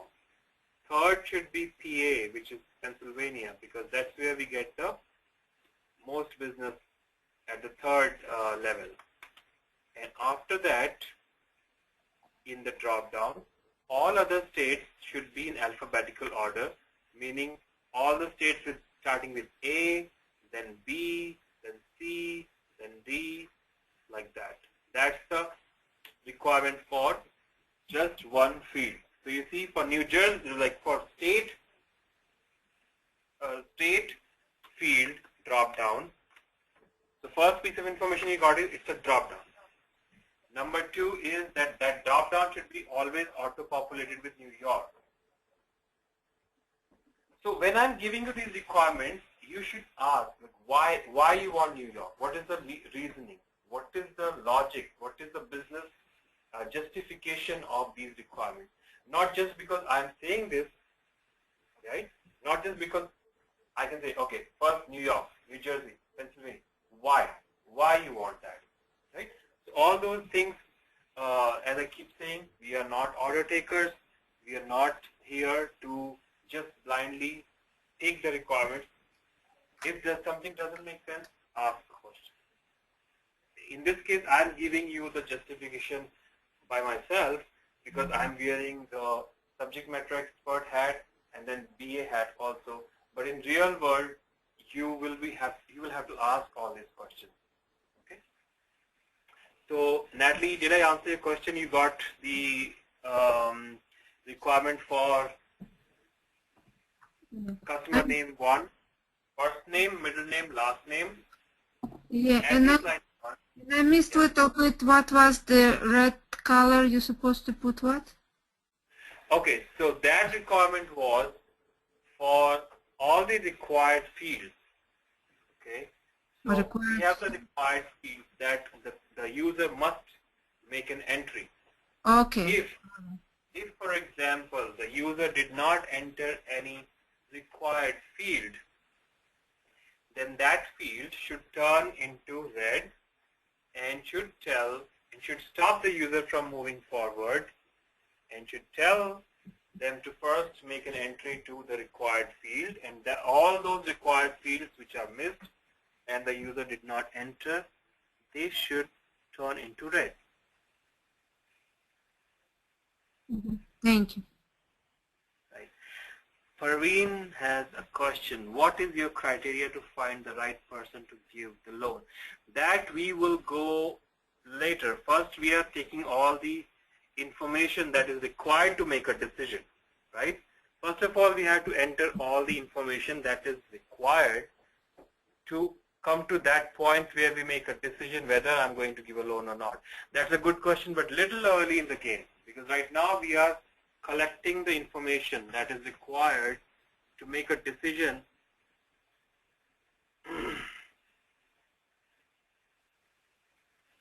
What are the procedures of VA? I don't understand that. Can you unmute yourself, Parveen, and ask me the question?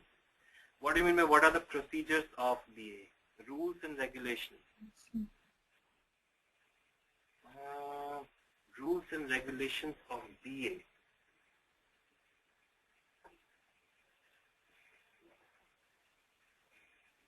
Oh, Bank of America. Yeah. So that's what I'm saying. First, we have to collect the information in order for my loan officers to have the completed application, and then I will tell you the criteria. What are the criteria for us to either accept or reject any application? Okay, that we will reach there when we have the application completed.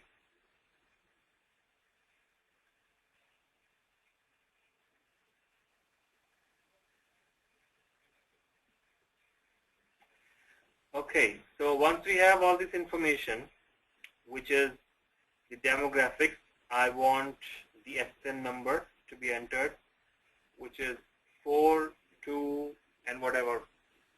4, 2, and then 5 or 4, I don't know, I don't remember really. SSN number. So okay, so for now let's keep it SN number, all numeric entry, no alphabet should be allowed. In case wherever there's a specific requirement, let's say as I said for zip code it's all numeric, for SN it's all numeric. So if the user enters by mistake, they try to enter or it's a typo and they have entered any characters, it should not be permitted. So you got that requirement, right? Okay. So for SN number, it should be in the format of 4 numbers -2 -4. Yeah, I'm just keeping it because I'm not sure, so I'm just keeping it that way. 4 -2 -4 numbers only. Okay. And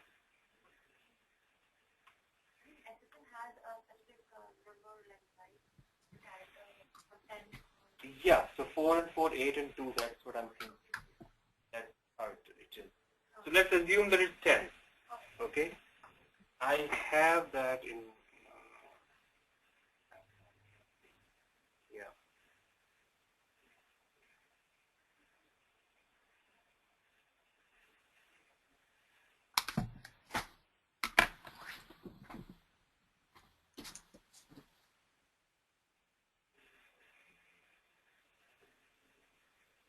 Okay, so it's 3, 2, and 4. That's what the format of SSN is. 3 numbers, -2 numbers, and then 4 numbers. Okay? Yeah, 3, -2, -4. Also, the requirement around entering the SSN number is, and in real world, VAs would be asking this, okay? But I'm telling you that when I'm entering the SSN number, it should be encrypted. Like I should not enter it, and it should not be displayable. Automatically, a star or a dot should appear. For a few seconds, the number should appear so that the user knows that they have entered the correct number. But once the SSN has been entered, it should be encrypted with the stars. So the numbers that I'm entering, they should be encrypted. That's the requirement around entering the SSN number.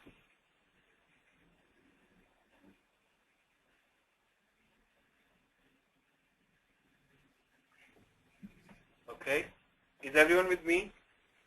Okay.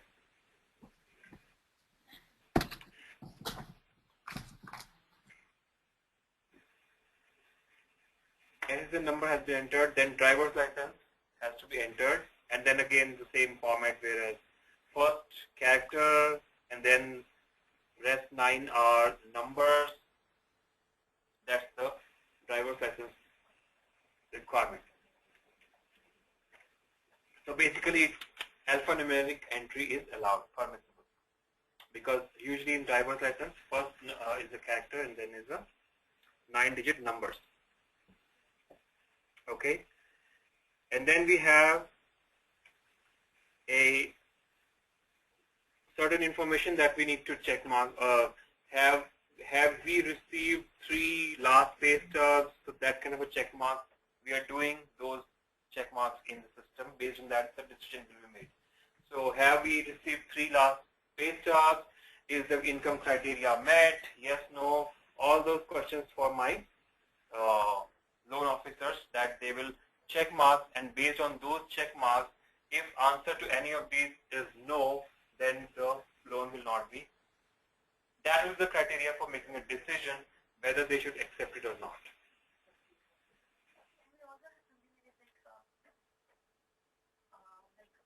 Some people might be non-residents. Like I am from India and non-resident. For non-residents, they have to submit some other proof apart from the license or something like that. Like what? Give me the list. If you're a non-resident of US, you have to submit another proof of identity, for example, the passport. Yes. Good point. Yeah, that's what I want. That's good. So that's what, as a business analyst, you pose questions. Okay. I can say yes or no, but if I said no, right? No, that's not the requirement. That is, that's not fair. All those things. That's fine. The answer can be yes or no, but it's your responsibility to pose the question. You should ask the question. I say yes or no. That's absolutely fine. So you asked me a question. I could have said this, that this is an equal opportunity banking financial institution. We don't do any discrimination, whether citizen or immigrant. We don't do discrimination with the immigrants, and we ask them to provide extra. That is different. But you will, oh, that's fine. I asked you a question. That's your responsibility to pose the question. And that's a good, no question is stupid question or silly question or non-valid question. You ask question, I can say yes or no. I can give you no, I can say yes. That's a good point. So don't assume anything. You ask me a question, I give you answer yes. If they are non-citizens, then they have to provide additional information, like one more form of ID. Okay.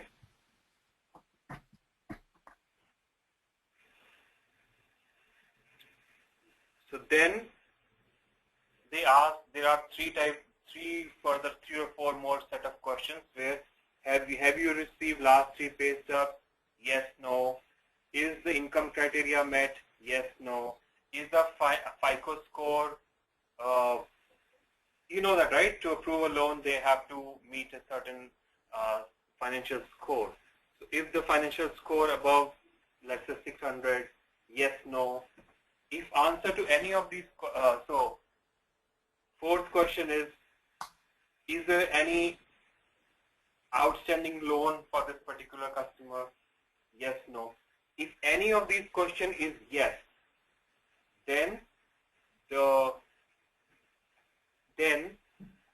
approve button will not be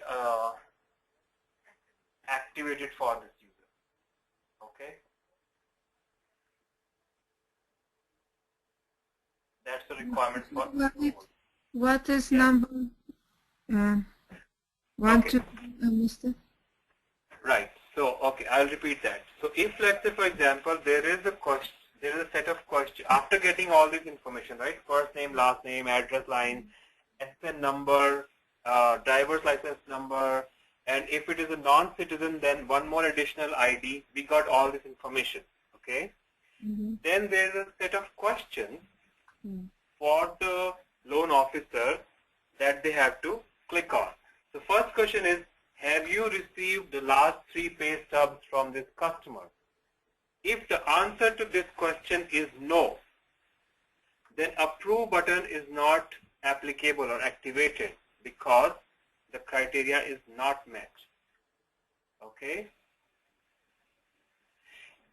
The loan officer cannot approve the application. They cannot click on approve until the answer to this question is yes, where have you received the last 3 pay stubs? If it is no, I cannot approve it. Number 2 question is, what is the number 2 question?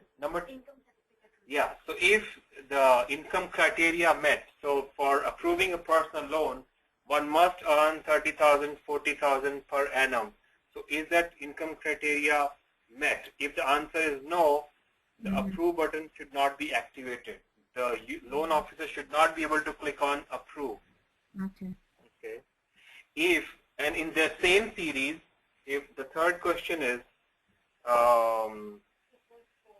right, so the financial score, the FICO score, right? So the minimum criteria for approving personal loan is that this applicant's FICO score should be above 600 or above. So the third question is the FICO score equals to or above 600?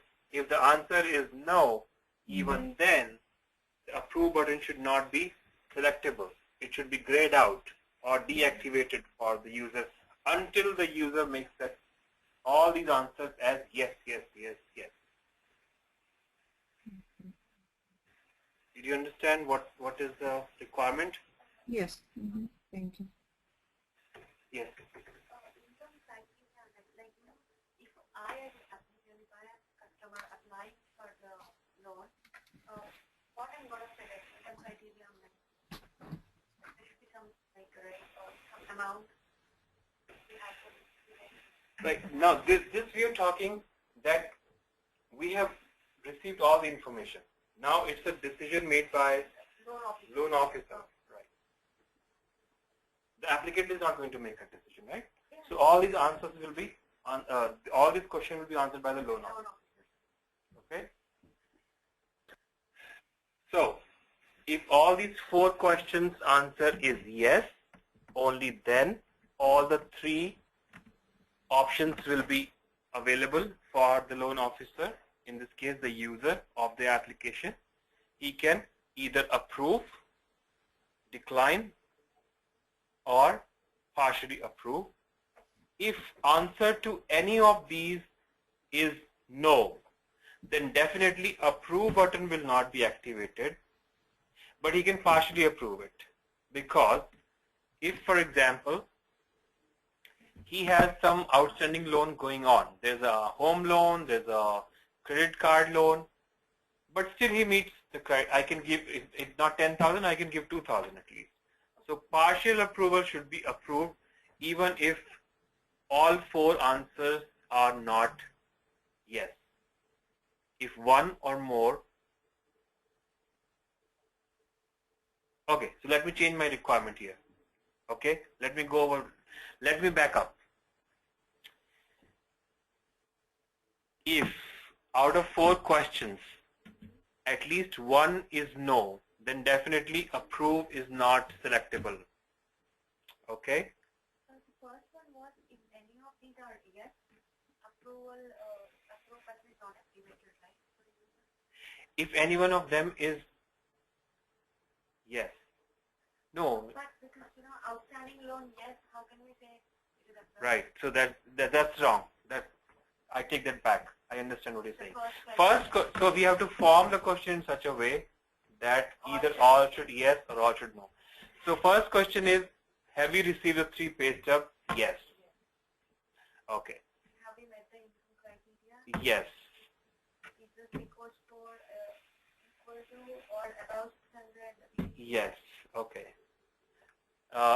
Then any outstanding loan has been paid off, if any. So if there's any outstanding loan, if there's any parallelly running loan has been paid off, if the answer becomes yes, then it should be selectable, right? So the 4th question is, any parallel or collateral loan has been paid off. So the answer should be yes. So answer to all these 4 questions should be yes. Only then the approve button should be selectable. Any of the answers is no, approve button should be completely deactivated and should not be allowed to select the approved loan. Okay. Now, what is the requirement for partially approved loan? For the partially approved loan, the requirement is that if one out of these 4 questions is no, even then I should be allowed to partially approve the loan. Okay. So if, for example, if I said income criteria met, if it is no, I should be able to partially approve him. Okay. If the FICO score is not 600 and above, but it's somewhere, whatever, if it is below 600, I should be able to partially approve it. Even if they are 10,000, I should be able to give them 2,000. We are liberal bank. Just I'm setting up the rule. Okay. Because these are the business rules. This is how I run my bank. So we are giving you the business rules. So if one answer out of 4 is no, I should be able to approve, partially approve. If there are 2 answers which are no, then both of these should not be activable. Then it has to be declined. Okay. Where should the customer enter the amount of loan they need? Okay. So that when we took the demographics information, the first name, last name, address line, SSN number, somewhere there you just that we have one loan applied for. There's one more field there. Okay. Okay. Loan applied for.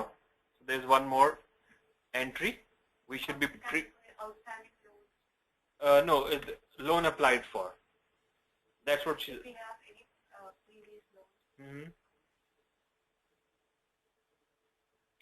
So that should be prefixed with a $sign. And okay, so here is the business rule around this field. Okay, there's a business rule around this field. We provide personal loans only between 1,000 to 25,000. So entry should be between these. If someone tries to enter 30,000, okay, someone is applying for 30,000 personal loan, we don't give that much of loan. Do you understand the field? This field is what the customer is applying for, the loan he's applying for. Okay, not the outstanding loan. I'm sorry if I said yes to your previous question. The field we are talking here is how much the customer. I'm sorry. It should be like drop down. Excuse me? It should be like drop down section, like when you press on it, it's drop down how much, like from 1,000 to 5,000, from 5,000 to 10,000. Depends on the requirements. No, because if we give a range, then because in this case you have to be very specific.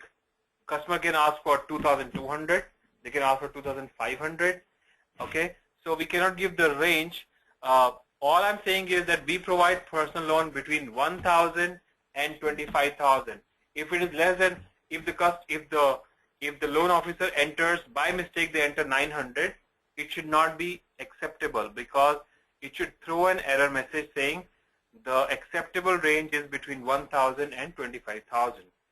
Same thing if they enter 30,000 as a loan asked, right?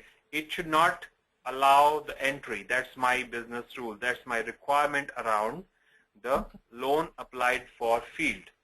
It should be between 1,000 and 25,000. That's it, period.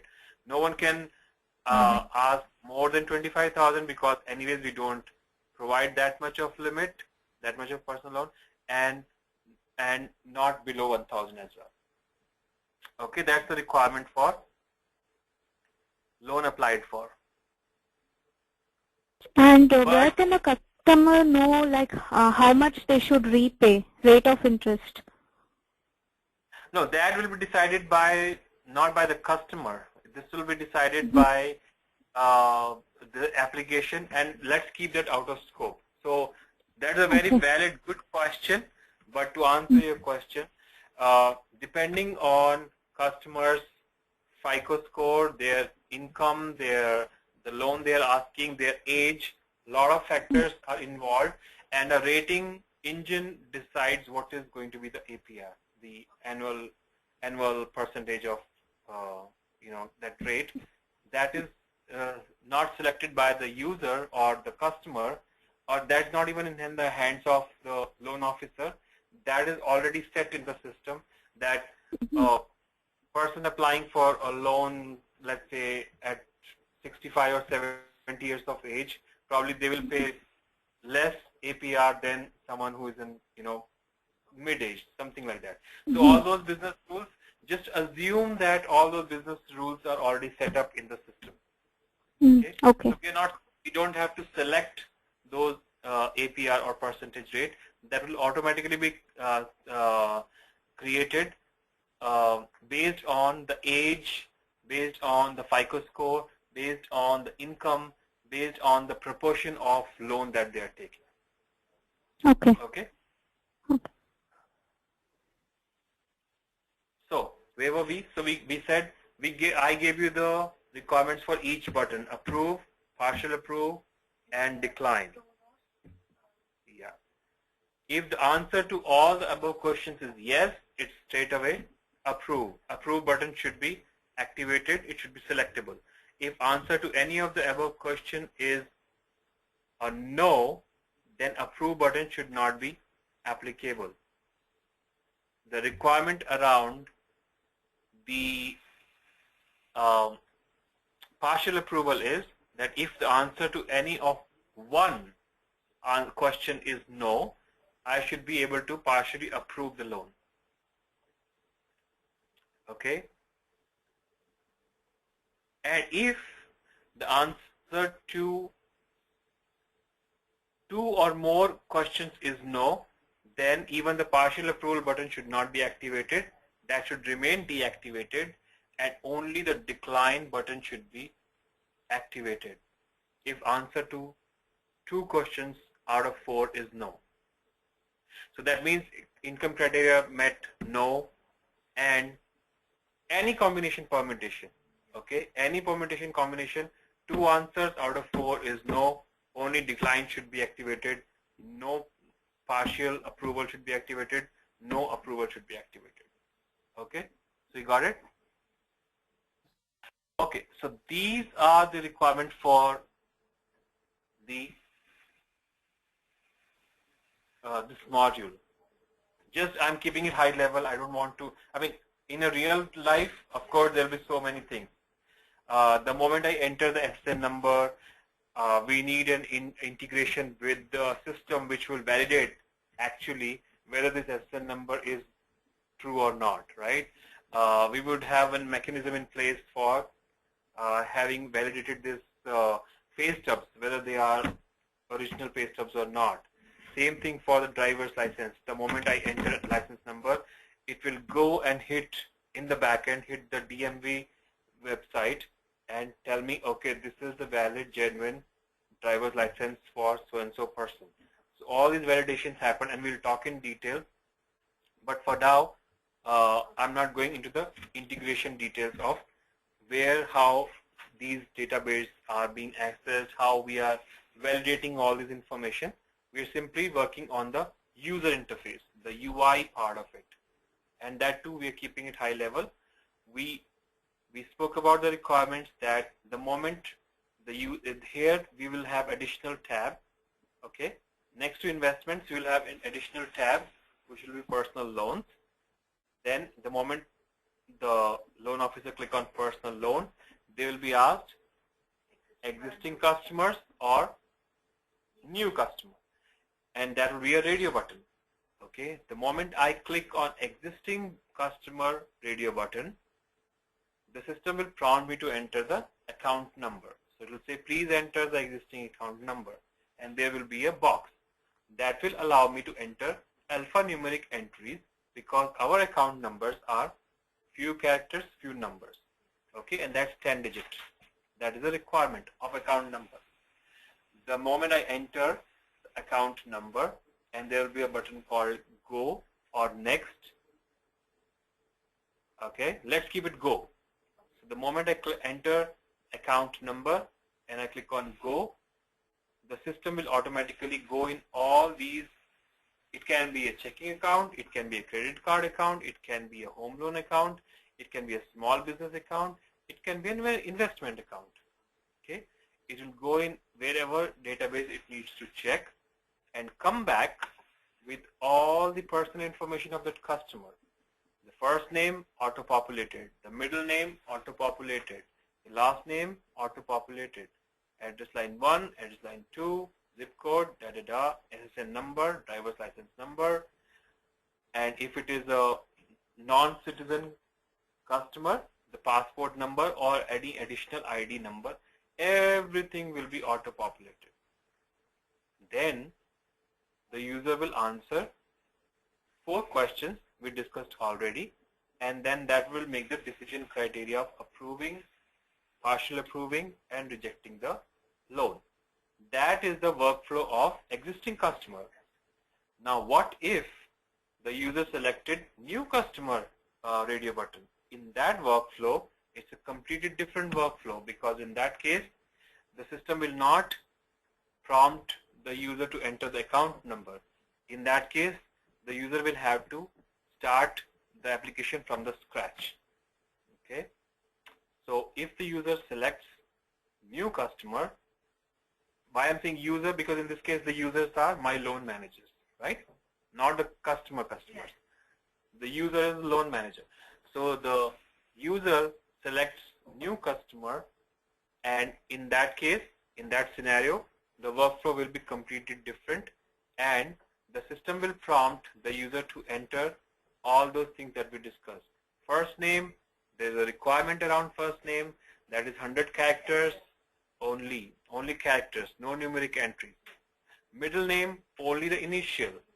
So if it is Kumar, then K, whatever. Last name, 50 characters, only alpha is permissible.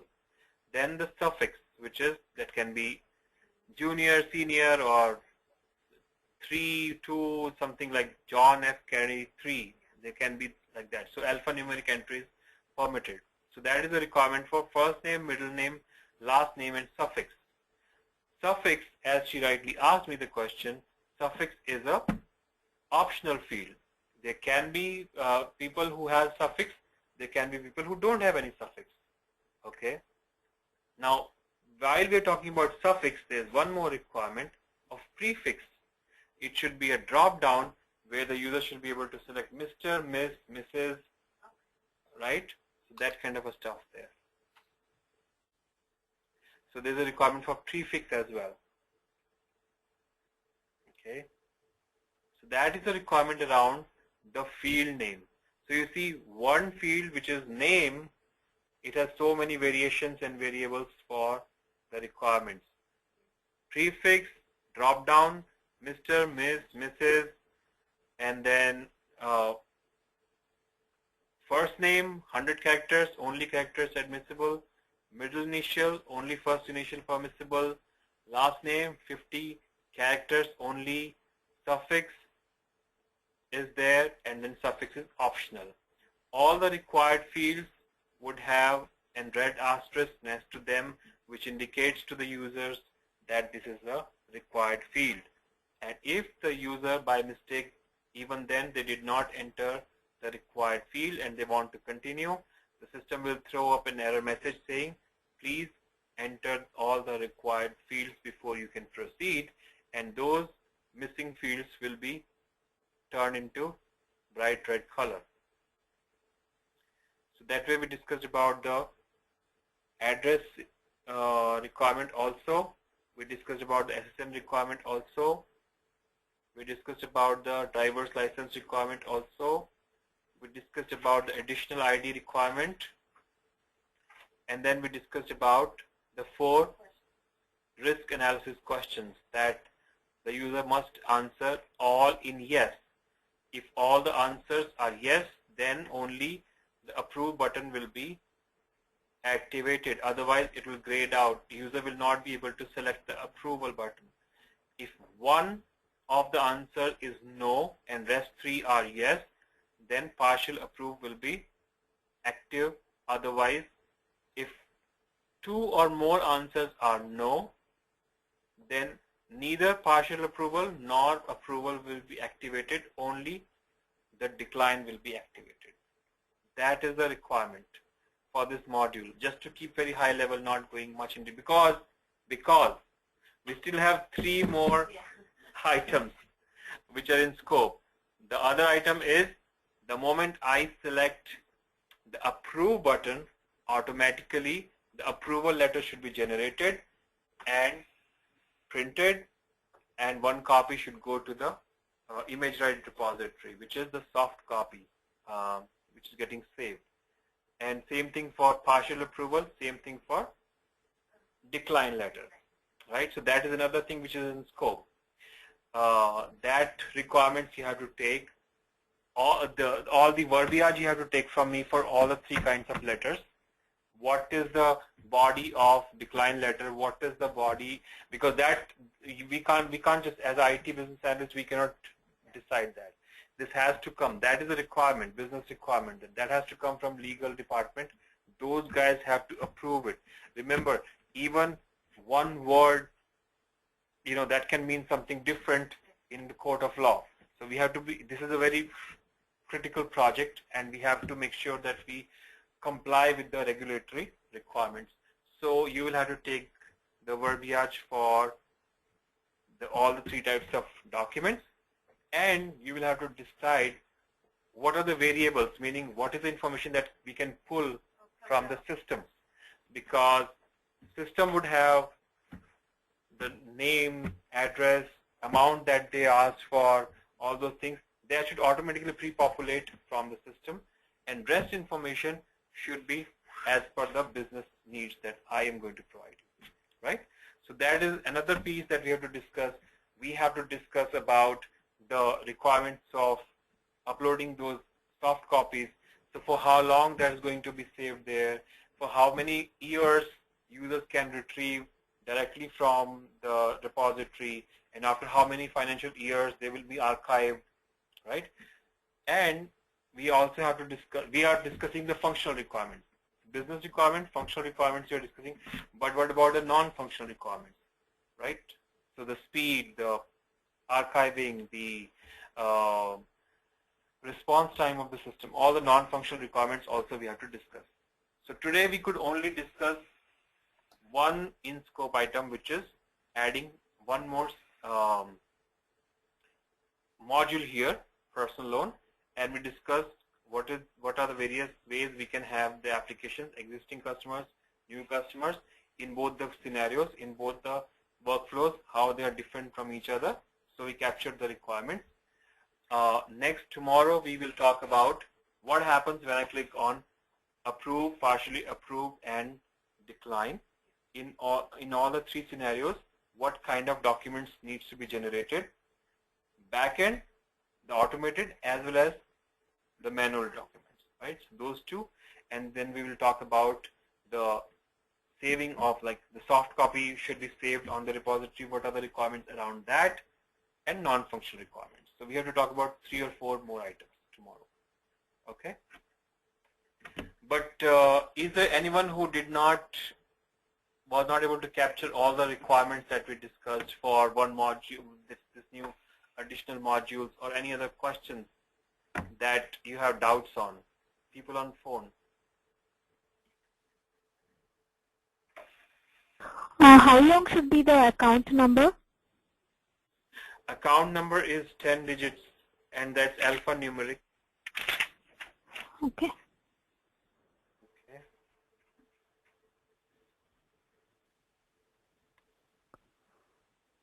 Any other requirements? In this case, I made it like, I was very prompt enough to give you that this is my requirement. In real world, probably you will have to ponder, you will have to probe, ask more follow-up questions. But this is just to get you started, because this is your first dummy project. So, and that is the purpose of doing this project, that you should be able to, like, be friendly with your customer, ask them as many questions based on the repo that you have. Then you can be free with them and you can ask questions. Okay, but anything that you guys did not understand so far for documentation purposes of the requirements of this new module that you guys are going to build for me? Are you guys clear on the requirements, what I want from this new module? I kept it very high level, no integration requirements, but I will tell you tomorrow that in the real world, the moment I enter the SSN number, there will be an integration in the backend that will go and talk to the SSN database and validate whether this is a correct SSN or not. Similarly for the driver's license, the moment I enter driver's license and I tab out of that tab, there will be an integration and it will go to DMV database and provide me the information whether this is a valid license number, enforced license number, and it belongs to the name that we have entered. So all the validation and verification happens in the backend, and that's where the integration of these applications happen. Okay. So right now we are just talking about the user interface. What happens between the user and the system? So we are talking about those requirements only. But there's a lot that goes on. Then that we'll talk about it tomorrow. Okay. Okay. So let me go over once again. Did everybody understand the requirements for one in-scope item out of 4? We are yet to discuss the requirements for generating documents, for storing the documents, and for the non-functional requirements. Today we were just able to complete the requirements related to accepting the application of a new personal loan applicant, making a decision, and then saying, okay, I approve it, partially approve it, or decline it straight. Okay. Natalie, any question? No, I'm good, Lalit. Thank you. Okay, Parveen.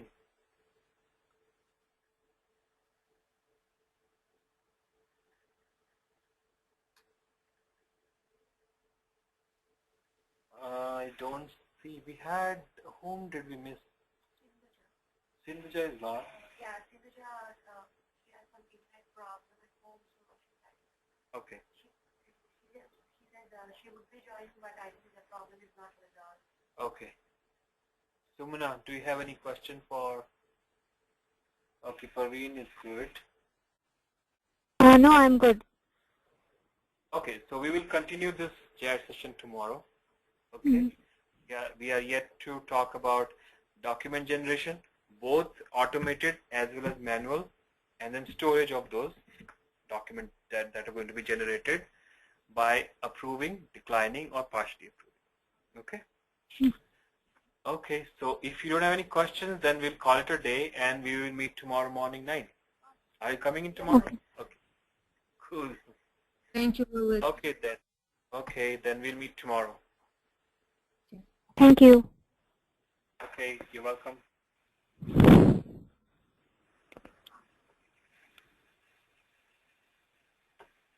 Right.